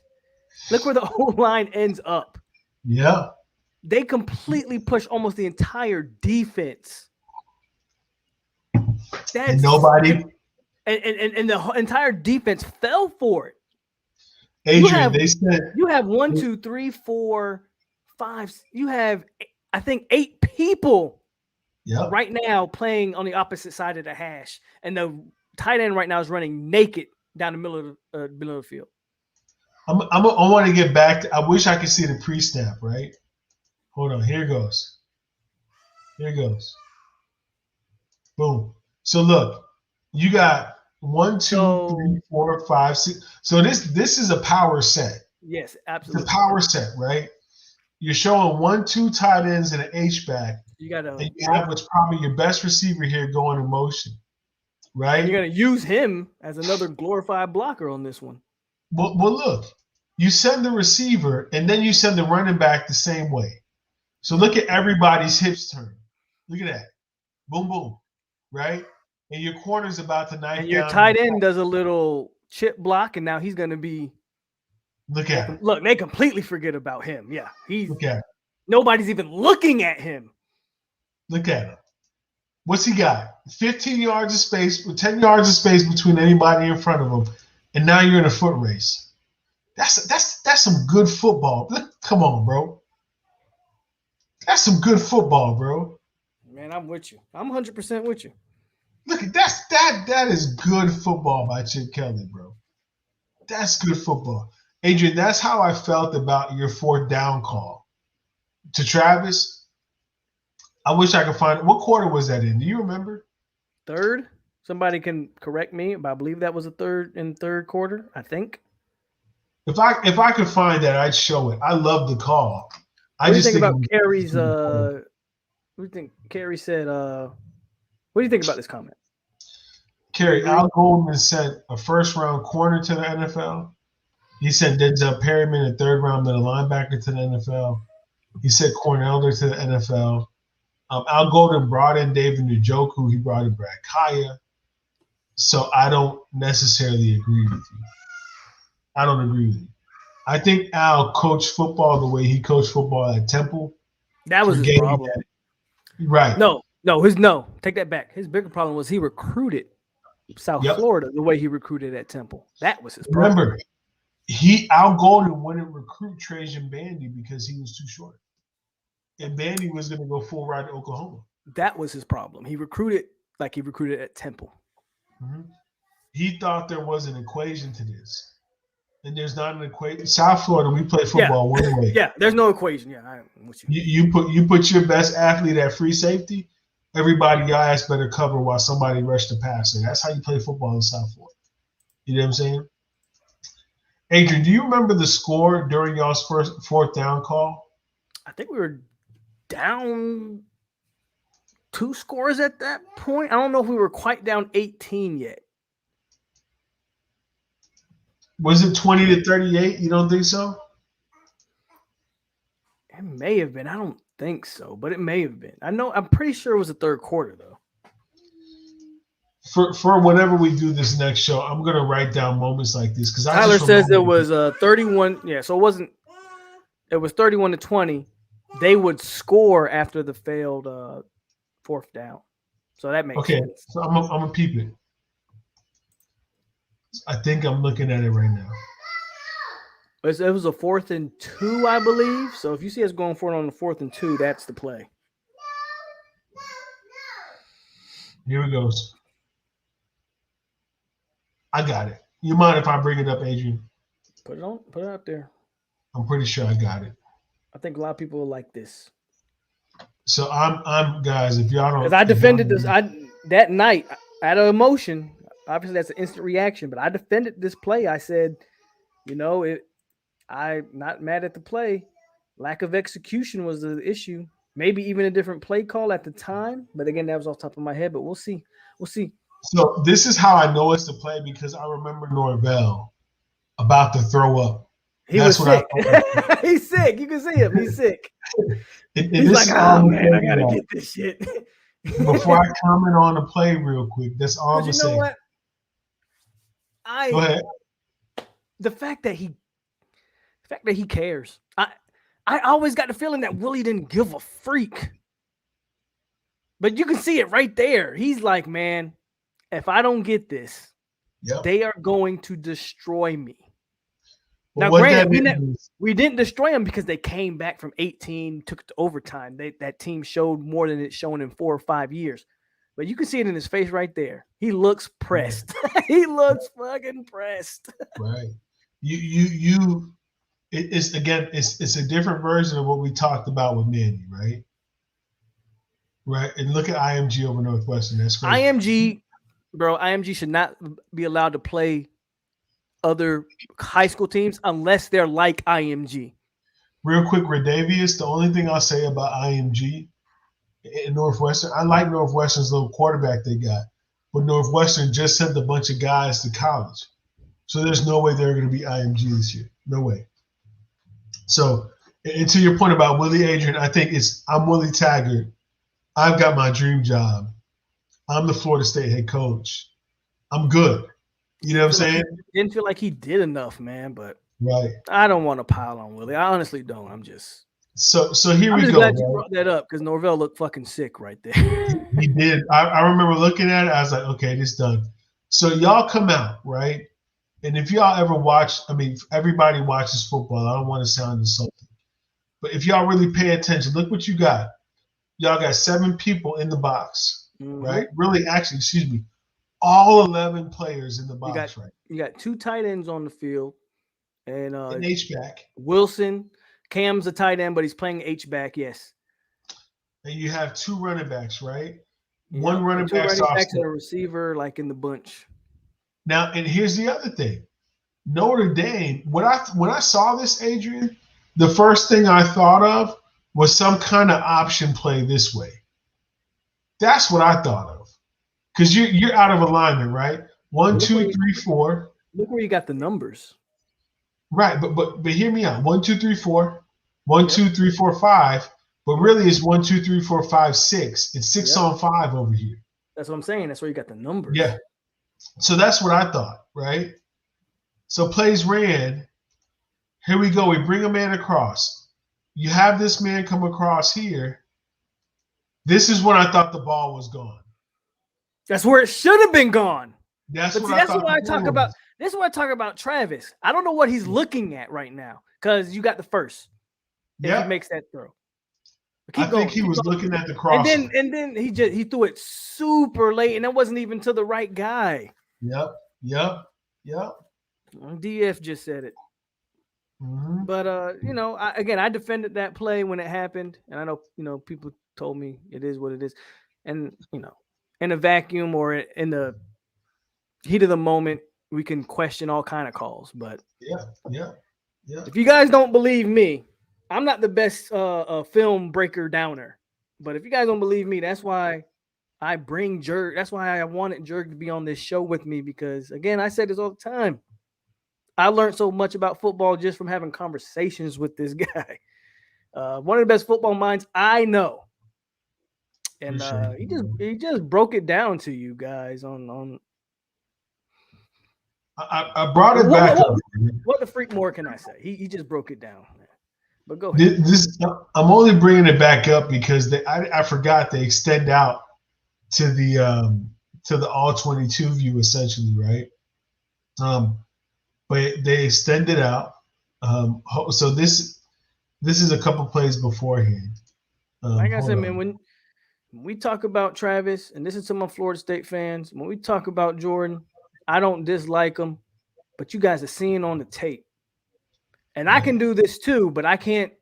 I won't say I can't because I've done tape breakdowns on my channel before, and I feel like I did a pretty good job. But, I mean, this is what you're getting with a guy who used to coach high school football. Like, you're getting this, and I just love the fact that he's on here doing this with y'all because I see this stuff. I might not be the best guy to break it down like the way he can, but, I mean, bro, if y'all want to question, again, and that's why I was so optimistic.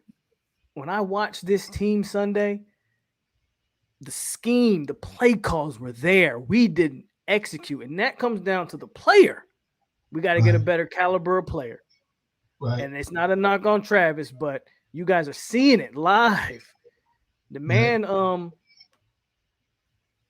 late reaction, poor decision making, late to see the play. I don't know if he's scared, doesn't trust his. Like, I don't know if he's not trusting what he's seeing or what it is with Travis, but a lot to be desired, man. A lot to be desired. If I could throw a couple of things out here real quick, this is what I'm going to assume the assignment was. If this goes into a coverage situation, you have man-to-man here.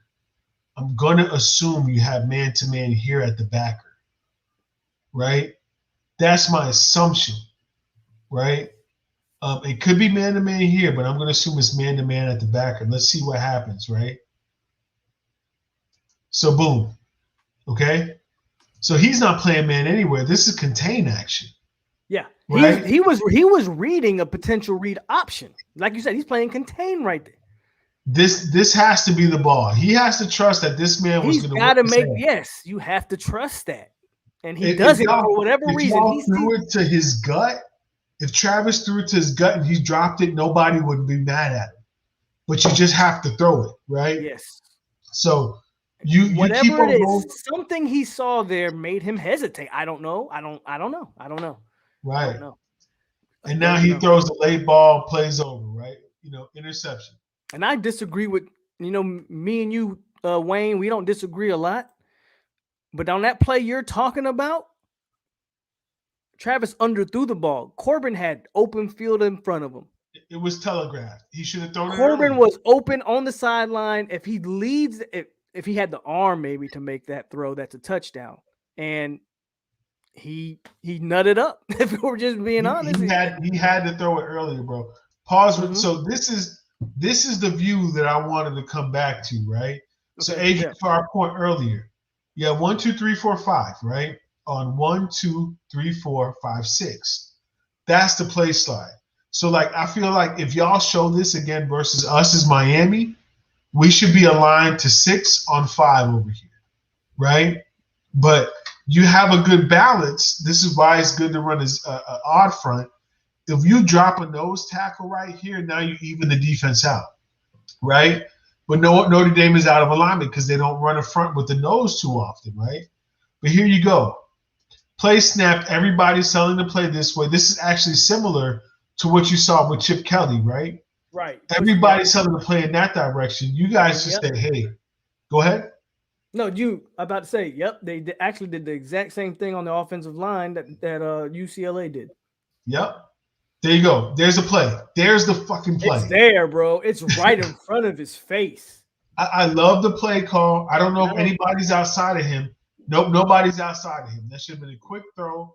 I trust myself to put it in the tight end's gut, and then y'all not even talking about this game. Bro, you're making me depressed. You're making me depressed watching this. My bad, bro. But man, you hit the nail on the head. And that's the thing. I listen to these guys, man, and they talk, oh, that was a bad call by Norvell. And I'm like, bro, do y'all even watch the tape? Do you watch football? Yep. Because again, in the heat of the moment, I came on live right after the game and I defended it. Like I said, no, that's the call, man. That's the call you want to make. But right. I don't know. I guess my voice isn't big enough yet. We'll get there though. What's up? It's just a matter though of people understanding what they're looking at, right? That's the thing. I'm not here to insult anybody's intelligence, but no. Honestly, that's not what you're doing. That's not what you're doing. Honestly, guys don't understand what the hell they be looking at half the time. Right. And even if I can't say it like how you can say it, I know what I'm looking at. Right. You know what I mean? People tend to look at the play and look at the result and say, oh, well, it is what it is. Right? And name me another, like Tyler just said, name me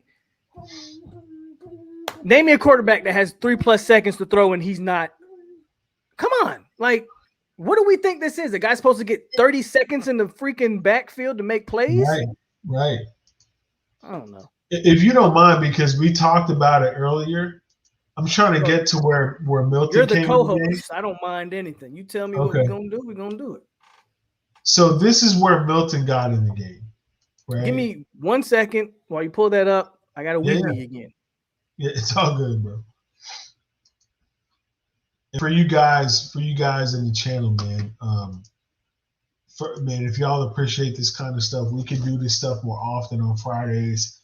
If y'all just want to look at games and look at plays that pop up and just discuss crucial moments, I'd definitely be down to do that with y'all. One thing about me, if y'all know anything about me, I love Miami just because that's my home. Essentially, South Florida is my home, but I love football a lot more than I love the Miami Hurricanes, man. I love watching football. So if y'all ever just want to sit down and talk football, talk plays, man, I'm down. Tyler, I appreciate you, man. This isn't just some biased Canes fan. Look at this play by Travis, right? Just real quick, just leading up to this, I'm watching this live. I remember it during the game, but this is a breakdown live. So you got a 3-man front, you got a linebacker blitzing, right?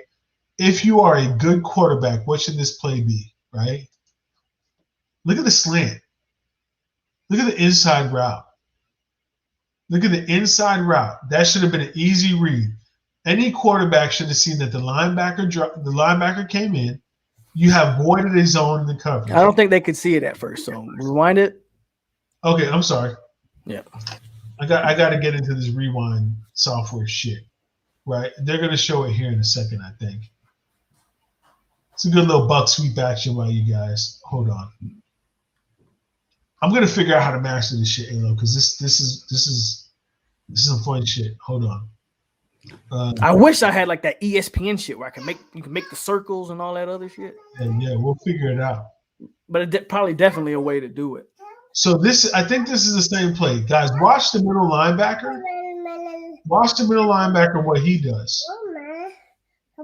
Boom. What did he just do? He just voided a zone. Look at the slant come behind it. Look at the slant come behind it.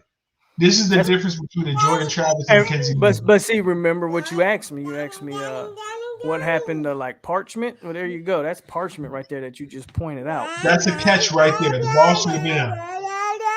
And now we settle for a scramble. We got a first down. I'm not knocking the result of the play, but it should have been a ball to Parchment. But that's what I was talking about earlier when you said, "Man, what happened to this guy Parchment?" Yeah. I thought he was. There you go. You just showed it. Like you had the play, and Travis routinely left plays on the field that he had because he doesn't trust his arm, and you can tell he does not trust that he can make some of these throws. Bro, this is an 11-year-old, 12-year-old throw. Look at the middle line. He voided space. The backer is going with the running back here. Look at that. Boom. You have a slant coming behind it. This is easy money. Boom. Guys, look at this. I know Travis is fast, right? But if Parchment catches this ball right about here, right, and he turns that upfield, he has to make a safety miss in his 6, right? That's why quarterbacks look at the pocket, though. Like everybody's like, "Oh, the offensive line sucks so bad." Bro, you had time to make a read and make a play. And now the offensive line looks bad because you're scrambling. Now the O-line looks bad because they can't block forever. No, they can't. And now you're scrambling for your life. Yes. Yep. And like Travis, God, he's so open. Yep. These are the things that I saw live that when I came on after the game, I said these things. Now, again, I didn't bring up tape. I didn't break it down like what you're doing right now. But I saw these things live, and this is what I was telling y'all. Like, y'all see it for yourself. Now, real quick, y'all see Freeman cussing him out? He's probably not cussing him out because of the scramble. He's probably cussing him out because of the coverage. Because they had a play. They had a play that they. If I could easily roll back and rewind this, right? Here we go. So this is the type of shit I like from football. If you guys ever want to know, hold on real quick.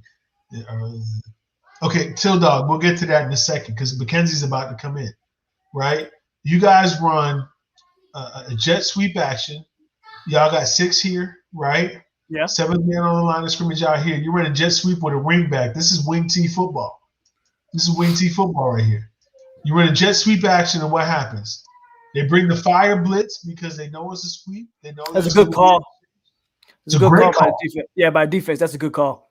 If you see sweep, bring it weak side because either that quarterback's going to keep and look at the attack outside. Yeah, they're 2-on-2 outside. That's good defense. Mm-hmm. That's good defense, right? So you get the big sack. Travis comes. So this is when McKenzie comes. This is what I was. This is when McKenzie comes in. Yes. Right. This is what I was talking about earlier. And shout out Travis, Palm Beach County Benjamin School. Shout out to Palm Beach. I do not dislike Jordan Travis. Right. I think he's electric, but as you're pointing out, he's leaving a lot to be desired when it comes to that parchment throw is a. I coach my son's flag team. That's a day one throw for a kid, bro. So here we go. Tell people that in the chat. Don't tell me. Here we go. So you have 3 up. We are covering with 8. There's no way we're not covering with 8. I think you guys think that's pretty clear, right? Yeah. I'm showing a 2 safety look. Let's see what happens to the corner field side. Near side corner right here. What happens here?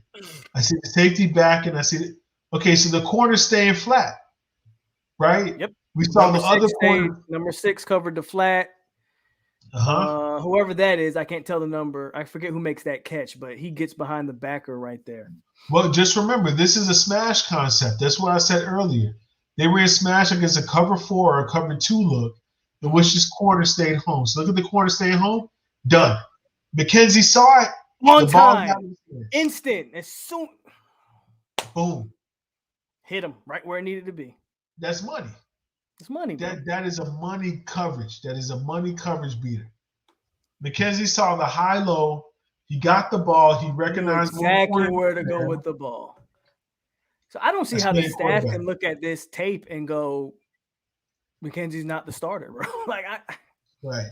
And I'm not saying McKenzie's the next coming to Jesus, but damn. Let's look at the touchdown drive. So here you go. You got 4 wide. And look, here we go again. This looks like the same coverage, right? All we're doing is pressing the corner this time. Watch what happens. And this is obviously better than that other guy you listened to, Adrian, right? So here you go. We're not going to talk about him. The corner still stays flat. This is cover 6. To me, it looks like cover 6 or maybe a cover 3 inverted, right? McKenzie steps up in the pocket. He got pressured. You can't. That wasn't good protection. I think we would all agree with that, right? That wasn't great protection, right?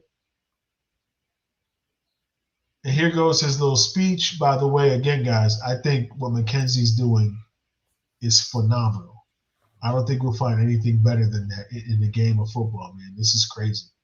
It's absolutely crazy. Don't y'all convert this second down? I believe this is where he hits the backer right over the middle. Okay, here we go. So we have second and 13. Hold on. Time out, Jerry. Yeah. I think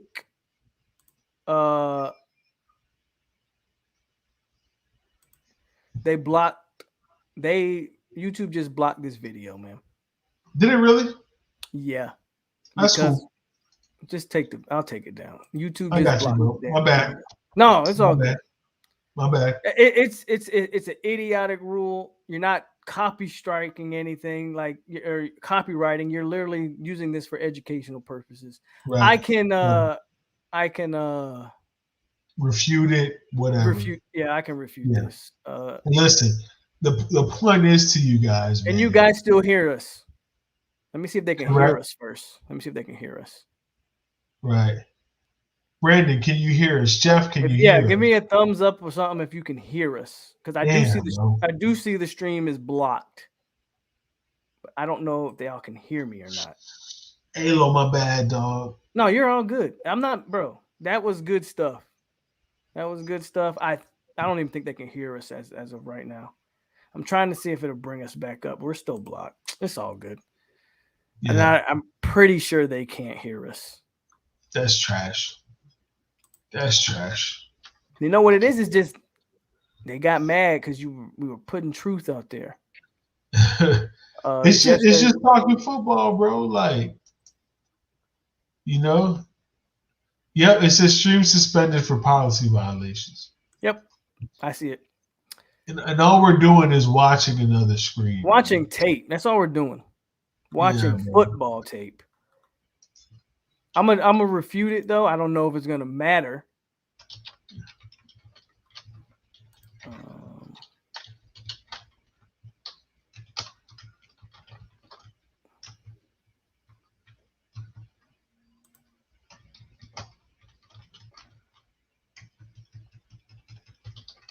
It says my stream is no longer being blocked. Oh, okay. We're there.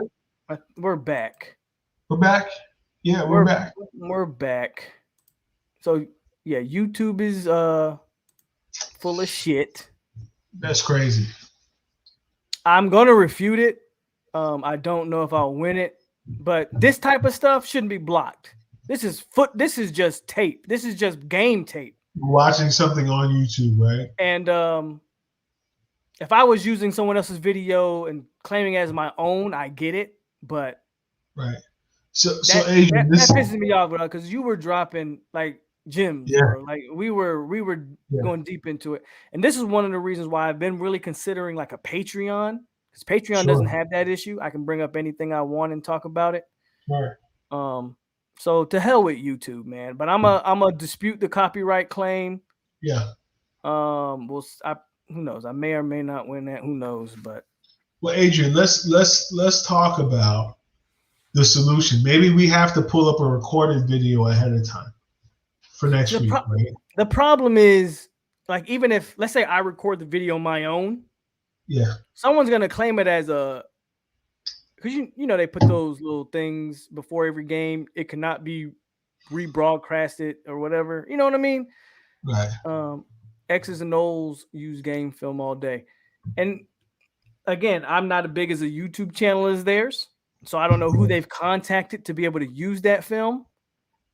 Maybe I need to reach out to somebody and see if I can use that film. Well, let's do that. Let's do that. Cause so there's a video. I'm just so Adrian, if you don't mind getting suspended again. There's a video here for App State versus ECU, right? And Buddy clearly states on his a production of ESPN. I claim no ownership to this material. But the crazy thing, in my descriptions, I claim no ownership to any of the content that I use. Weird, bro. That's weird. Yeah. If you read a description on my video, and maybe I should change it. But my descriptions say I own no.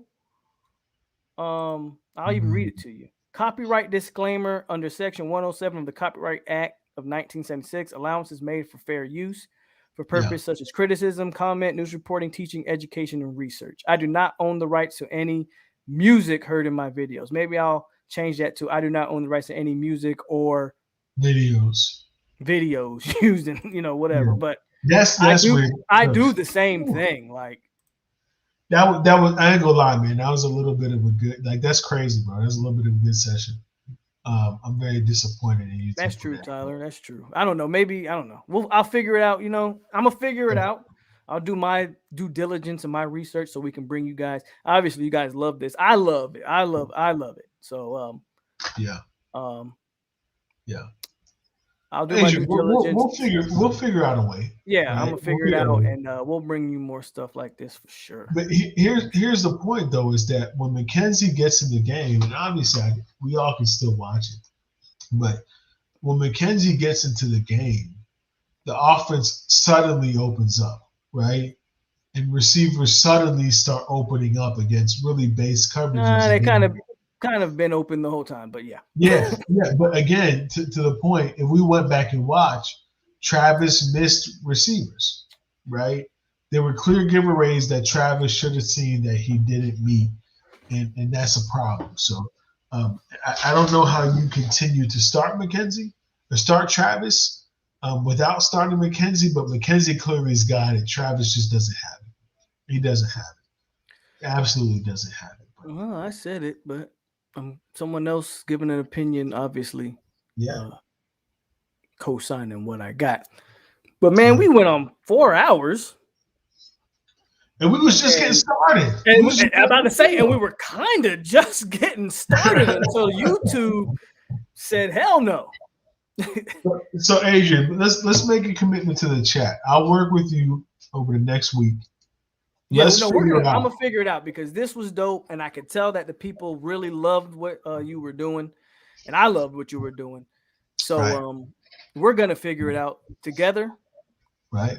Without getting my stream freaking blocked, which has happened to me before. Last year, as a matter of fact, I was breaking down some stuff. I actually think it was against JSU, and they did the same thing to me. I refuted it, and if I'm not mistaken, I ended up winning that. I ended up winning that. Right. So again, I'm gonna dispute the claim regardless, but we're gonna figure out how I can do this without YouTube blocking me in the middle of a damn live stream. Yeah. Because Adrian, I think we can really not just, obviously everybody tunes in for FSU football.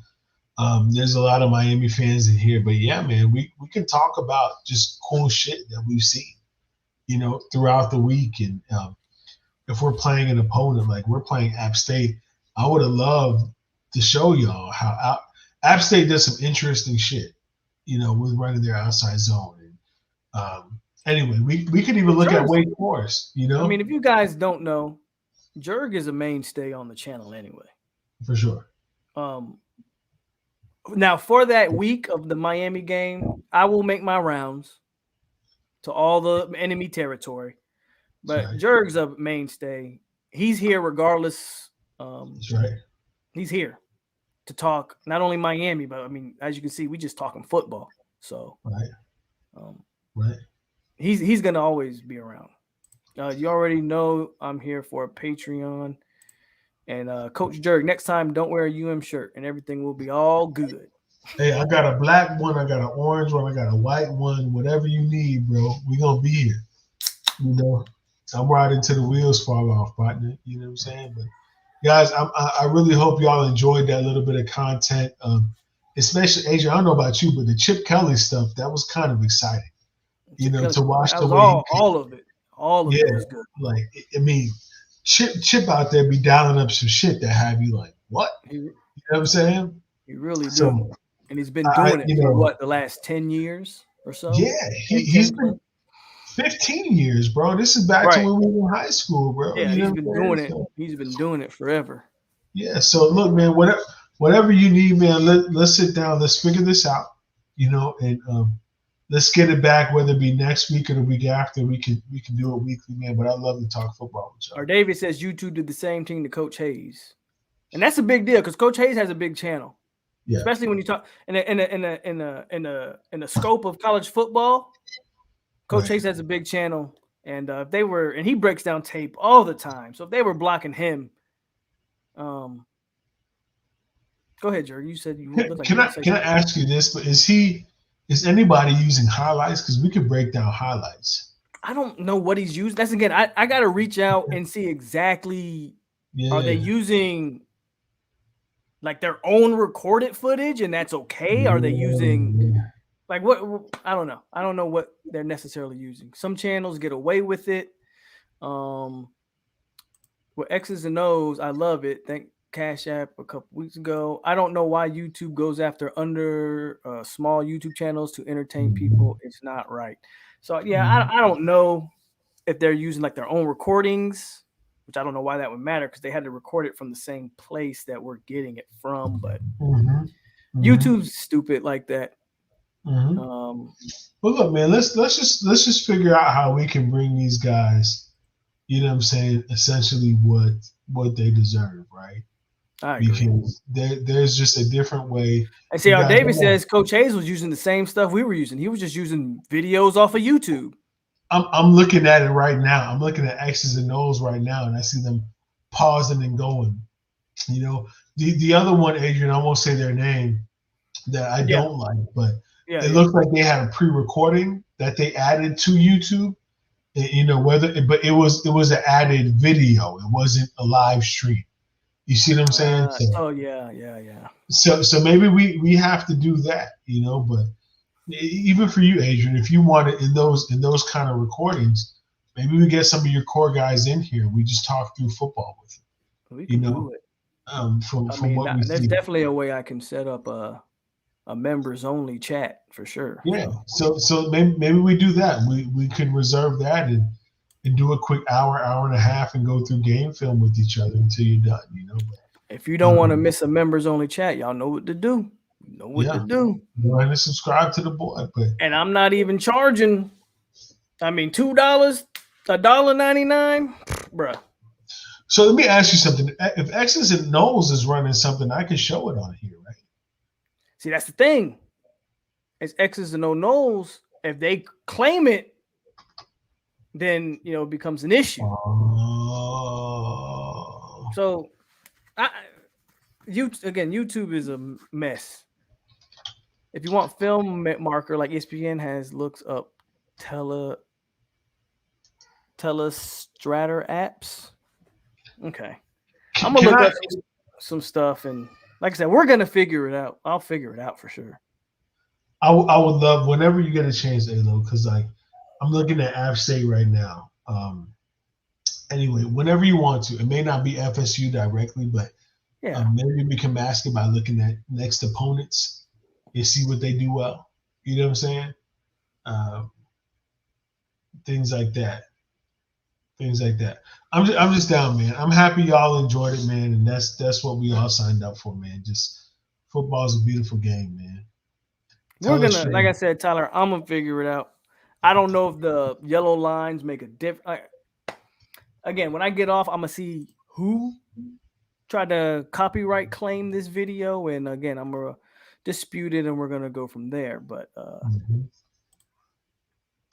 I got Telestrator right now, bro. So I'm looking at it right now. But hey, for all y'all guys, man, I know it's late, man. It's 1 Eastern. If you're in Texas, it's getting late, bro. But hey, it's been a great 4 hours. Shout out to all of y'all, man. Good luck on y'all season. We're gonna beat y'all ass on 11-13. You know what I'm saying? That's what we plan on doing. But I appreciate y'all, man. I'm happy y'all enjoyed the content. Alo, I appreciate the platform, bro. Appreciate spending time with you, bro. Have a good night, bro. Yeah, man. Always, bro. Y'all take it easy. All right. Yeah. All right. And there you go. YouTube kind of put the halts on what was kind of getting just getting started, man. But as always, man, thank you guys for showing up. Your boy POLK, aka Alo, aka the goddamn truth. And again, I owe it to you guys to figure out how I can do this without YouTube striking me down like a bunch of hoes that they are. That kind of has me upset because Jerg was dropping some gems, man. Again, I just don't come out here and speak a bunch of nonsense. We got the film to back it up. You feel me? But anyway, I'm gonna figure it out. We're gonna get it popping. I will be live tomorrow versus JSU, so definitely join me for that. We're gonna go live for the whole game, and mainly because you guys asked for it, and mainly because I don't think that game is gonna need a whole 2-3 hour post game breakdown, right? So why not just do it during the game, and we can move on with our Saturday and go from there. So I will be live. Definitely tune in for that. And I thank you guys, man. That's all I got for tonight, man. Again, thank you guys. Hit the like button on the way out if you didn't hit it on the way in. Stay classy, Seminoles. It's your boy POLK over here on 863 Seminole TV. Stay classy, boys. And we are out. Cheer. I will see you guys tomorrow, man. Have a good night. Have a safe night.